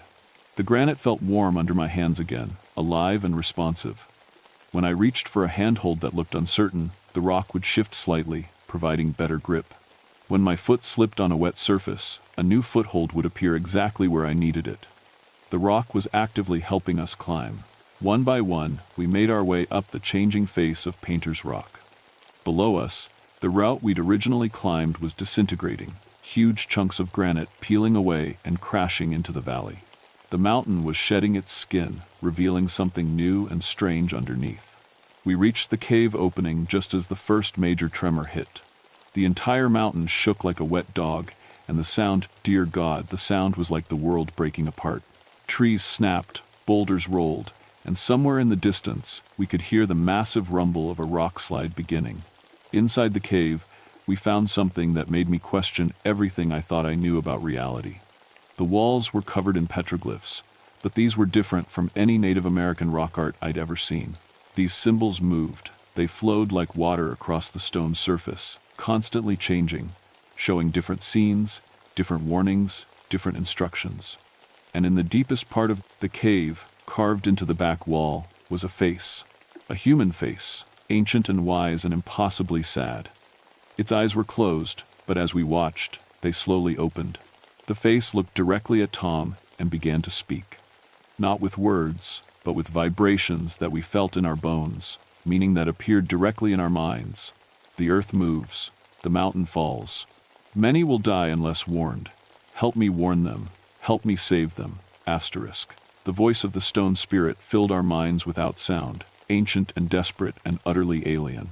I'd experienced a lot of impossible things in my life, but having a conversation with a rock face redefined the boundaries of reality. "I have slept for many seasons," the spirit continued, its carved features somehow conveying emotion despite being made of granite. Asterisk, but the earth shake comes early this time. Too early. The signs were not ready. People will not know to flee. "What do you want us to do?" Tom asked aloud, speaking to the face in the parked wall. "Carry my warning. Tell your people the mountain falls at sunset. Tell them to leave the valley. Tell them the stone spirit remembers the last time the earth moved, when many died because they would not listen." Sarah, practical geologist, even in the face of impossibility, asked the obvious question. "How do we know you're telling the truth? How do we know this isn't some kind of hallucination brought on by stress and altitude?" The face in the wall turned its attention to her. Without warning, the cave filled with images, not on the walls, but somehow projected directly into our minds. We saw the earthquake of 1886, felt the terror of people trapped under falling buildings in Charleston. We experienced the earthquake of 1755, witnessed entire mountains reshaping themselves in minutes. And we saw what was coming. A fault line deep under Pisgah National Forest, stressed beyond its breaking point, ready to unleash energy that had been building for over a century. The rock slide that would follow would bury the valley floor under millions of tons of debris. Every campground, every hiking trail, every access road would disappear under an avalanche of stone. Sunset, the spirit repeated. When the sun touches the horizon, the earth will break. You must warn them. Asterisk. How many people are in the valley right now? I asked, though I already knew the answer would be bad. February is off-season, but there are still probably 50 to 70 people in the various campgrounds, Sarah said. Plus day hikers, climbers, anyone who might have driven in for the clear weather. Danny checked his watch. It's 2 o'clock now. That gives us 4 hours to evacuate the entire valley floor. Our radios don't work up here, Mike pointed out. How are we supposed to warn anyone? As if responding to his question, the cave began to change again. The floor tilted, creating a slide that led down toward a previously hidden exit. The spirit was providing us with an escape route. Asterisk. Go. Asterisk, it said. Asterisk. I will hold the mountain steady as long as I can. But my strength is not endless. When the sun sets, I must let the earth move. Asterisk. We slid down through the rock, following a tunnel that definitely hadn't existed an hour ago. The passage led us through the heart of Painter's Rock, past chambers filled with moving petroglyphs and walls that pulsed with that same living warmth I'd first felt 2 days ago. We emerged from a crack at the base of the rock that opened just long enough to let us through, then sealed behind us like it had never existed. My radio crackled back to life immediately. Dispatch, this is Stormcrow. I need to speak with the incident commander immediately. We have a major earthquake predicted for sunset today, and we need to evacuate the entire Looking Glass area. Copy that, Rebecca. Did you say earthquake? Confirmed. Magnitude unknown, but sufficient to cause massive rock slides. We need every available unit for emergency evacuation, and we need them now. The next 3 hours were chaos. Getting people to believe in an earthquake prediction based on conversations with a rock spirit was challenging. But the Forest Service has protocols for geological emergencies, and they trust their rangers. When I said evacuate, they evacuated. We cleared the campgrounds first, then swept the hiking trails for day hikers. Danny, Sarah, and Mike helped coordinate the evacuation, each taking responsibility for different trail systems. Tom worked with local authorities to set up roadblocks, preventing new people from entering the area. By 5:30, we'd accounted for everyone except a family of 4 who'd been camping in a remote site near the base of Looking Glass Rock itself. Tom and I hiked in to find them while the others finished clearing the main valley. We found the family, parents, and 2 young kids, just as they were breaking camp. They'd heard the evacuation announcement on Tom, their emergency radio, but weren't taking it seriously. Look, Ranger, the father said, we drove 8 hours to get here for our vacation. One night of camping isn't going to kill us. Yes, I said firmly, it actually might. I was trying to convince them to leave when the first tremor hit at exactly 5:47 p.m. Just a small one, barely enough to rattle the trees, but enough to get their attention. Okay, the mother said, grabbing her kids, maybe we should listen to the ranger. We loaded their gear as fast as possible and started hiking out. The trail was 3 miles long, mostly downhill, but with 2 young kids it would take at least an hour. The sun was already touching the mountains on the horizon. We were halfway out when Tom stopped and grabbed my arm. Listen, he said. In the distance, from the direction of Painter's Rock, came a sound like nothing I'd ever heard. Low, mournful, desperate. The cry of something ancient and powerful that had reached the end of its strength. The rock spirit was saying goodbye. The earthquake hit at exactly sunset. I'd been through plenty of natural disasters, but nothing prepared me for the violence of the earth suddenly deciding to rearrange itself. The ground didn't just shake. It lurched, pitched, and rolled like we were standing on the deck of a ship in a hurricane. Trees fell everywhere. Boulders rolled down mountainsides like enormous bowling balls. And behind us, visible even through the forest, Painter's Rock was coming apart. Not collapsing, unwinding. Like a massive spring that had been wound too tight for too long, finally releasing all its stored energy at once. Chunks of granite, the size of houses, peeled away from the main formation and tumbled into the valley, each impact sending new shockwaves through the ground. We made it out with the family just as the main rock slide began. From the safety of the road, We watched millions of tons of stone pour down the mountainside like a slow-motion waterfall. Everything we'd worked to evacuate, every campsite, every trail, every access road, disappeared under the debris. If we hadn't cleared the area, 70 people would have died. The earthquake lasted 6 minutes. When it was over, the entire valley had been reshaped. Where Painter's Rock had stood for millions of years, only a pile of rubble remained. But in that rubble, if you knew where to look, you could still see faces in the stone. Ancient, wise, and finally at rest. Number Part 5. Resolution and Implications. The official report listed it as a magnitude 5.8 earthquake, with epicenter directly under the Looking Glass area of Pisgah National Forest. The geological survey team that came in afterward confirmed what the rock spirit had shown us: a previously unknown fault line running under the entire mountain range. It's incredible, the lead geologist told me a week later. This fault shows evidence of movement dating back centuries, but somehow it was never detected by any of our surveys. It's almost like the mountain was hiding it from us. I didn't tell him that maybe the mountain was. The evacuation was called a textbook example of emergency response. Every ranger involved got commendations. The media called it a miracle that no one was killed when the unpredictable earthquake struck without warning. Only 5 of us knew the truth about the warning. Tom and I returned to the debris field 3 months later, after the geological surveys were complete and the area had been reopened for limited access. Where Painter's Rock had stood, we found something impossible. The scattered boulders had arranged themselves into patterns, not randomly, not from the chaos of the rock slide, but purposefully. The stones formed spirals, maps, symbols, a final message from the spirit that had saved 70 lives by sacrificing itself. The message was simple: asterisk, other mountains dream too. Since then, I've started paying attention to things I used to dismiss. The way certain rock faces feel warm on cold days, the sounds that come from deep inside granite formations on quiet nights, the stories that Cherokee elders tell about mountains that try to communicate with people who know how to listen. Last month, climbers reported new petroglyphs appearing on Blood Mountain in Georgia. The symbols look like warnings. 2 weeks ago, hikers in the Smokies found fresh carvings on a cliff face that had been bare for decades. They show falling rocks and fleeing people. Yesterday, I got a call from a ranger in West Virginia about strange vibrations coming from inside Seneca rocks. The spirits are waking up all through the Appalachians.